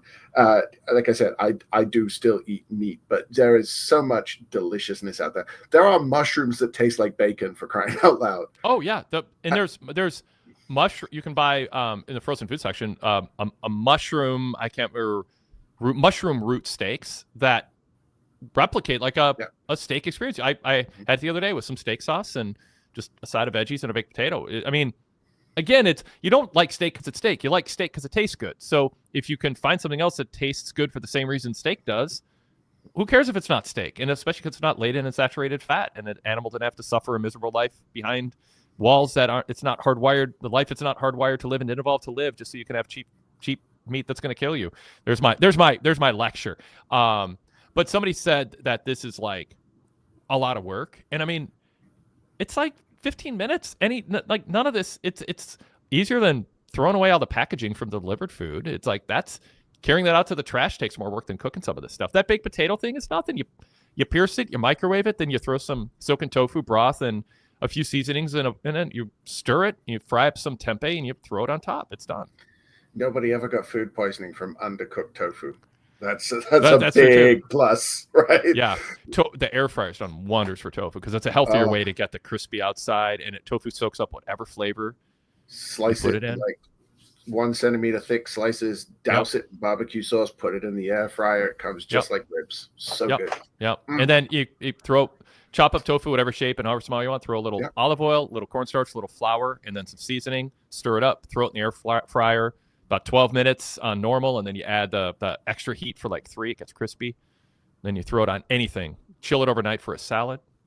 You can there's salt that tastes like egg, so you can stir up tofu. Mix a tub of regular tofu with silken tofu. But in the silken tofu, you stir it up with some what's the seasoning that's yellowish? Well, even a Turmeric? but turmeric. That's what I'm thinking. A little turmeric, and it looks like yolk. You stir that up, throw it in the pan. Then you throw in the egg flavored. What's it called? What's the salt that has an egg flavor to it? I'm not sure. I don't like eggs, so. Okay. Well, for people like eggs, but if you want I've that, seen if you want that tofu taste, you scramble. can totally get a tofu scramble that has kind of that egg aroma, and you mix up the texture like egg whites and egg yolks, and and then bacon tempeh that gets crispy. It's you don't need that. And Zach Barber has not had my tofu if he thinks it's edible styrofoam. That's ridiculous. Completely. I mean, anything that's overcooked or cooked badly tastes bad. I mean, if you overcook your steak, it tastes like you're chewing rubber. Like, you can go to that extent with anything. Yeah. I am never giving up my steaks. I love a good steak. I love a good burger. But I do recognize that eating less meat is just good for the planet overall. Someone once said to me, we don't need 1 million people doing zero waste vegan lifestyles to save the planet. We need 20 million people reducing the meat that they eat and the waste that they create, and that will have a much bigger impact on the planet. And meat should reflect the cost of an animal living a decent life till slaughter. And I people complain about the price of meat and eggs, and it's like, well, you're paying a cruelty discount when you get the cheap stuff. You just eat less animal product, but get animal products that come from a farm where the animal wasn't miserable its whole life, so that you could have a slightly cheaper steak. I mean, just it's I like that you can my food bill is less per meal than because I get whole food. I get beans. I make beans for dried beans from scratch and rice from scratch and eat whole food ingredients. I don't waste food, but I don't get processed packaged food very often at all. And I eat cheap. Everyone's talking about food prices going up the last 4 years. Mine went down because I just got more creative and more healthy eating whole food. Lentils, beans, chickpeas, all much cheaper than meat, and you can do so much with them. Just brown lentils fried up in a pan with there's recipes online, creates great taco and filling and great burrito filling. Chop up some onions and some peppers, and it's just with salsa. There's so many. Like I said, going vegan, I eat such a wide variety of food. It's so much more flavorful. I'm so much more excited for my meals. It's broadened my spectrum of what I eat, what I enjoy. I think it's kept me younger and healthier and more energetic, and I'm not worried about. I mean, you never know what's going to happen. You can do everything right and something can happen, but I'm not looking at diabetes or heart surgery as an inevitability like a lot of people who eat a standard crappy North American diet. You need to come visit us up here in Newfoundland, Wade, during hunting season. We'll get you some fresh caught moose. It's been living wild. It's humanely slaughtered. I think you'd be all right with that. Somebody told my son at school, like, hey, look, here's a photo of a deer I shot over the weekend. He thought he'd be horrified, and my son was like, good for you. You did what most people won't do, which is look an animal in the eye out in the wild and decide to shoot it so you can eat it, and then you processed it. That's the brave way to eat a non-vegan diet. An animal lived its natural life to the end. It was going to end some way, but it got to live a natural life till the moment it became part of the food chain. That's the right way to do it, not locking baby calves in cages, stripping them from their mother and having them so you can have veal. I mean, there's nothing that's as cruel as it gets. That's where I draw the line. Veal is a step too far for me. But I could talk for hours on this. I could. Zach says, after the vegan mac and cheese I had, I'm still traumatized. There is some awful vegan mac and cheese out there. Yep. If I buy a box of it and make it, I add all kinds of cool stuff to it, but I make awesome vegan mac and cheese. I can talk for 3 minutes about how to make awesome vegan mac and cheese. All in the cashews. And by the way, the Kraft mac and cheese, that sucked too. Don't pretend that was great. But my vegan mac and cheese is better than most mac and cheese you've eaten. Anyway. Cool. Thanks, Chris. Yeah, my pleasure. Thanks, Wade. Enjoy your non-Thanksgiving workday tomorrow. I shall not. All right. Thanks, everybody. And check out my if I remember, the Thanksgiving meal photo tomorrow. And also go VIP. We'll put the info on the screen for you. And I will talk to you soon, Chris. Thanks. All right. Take it easy.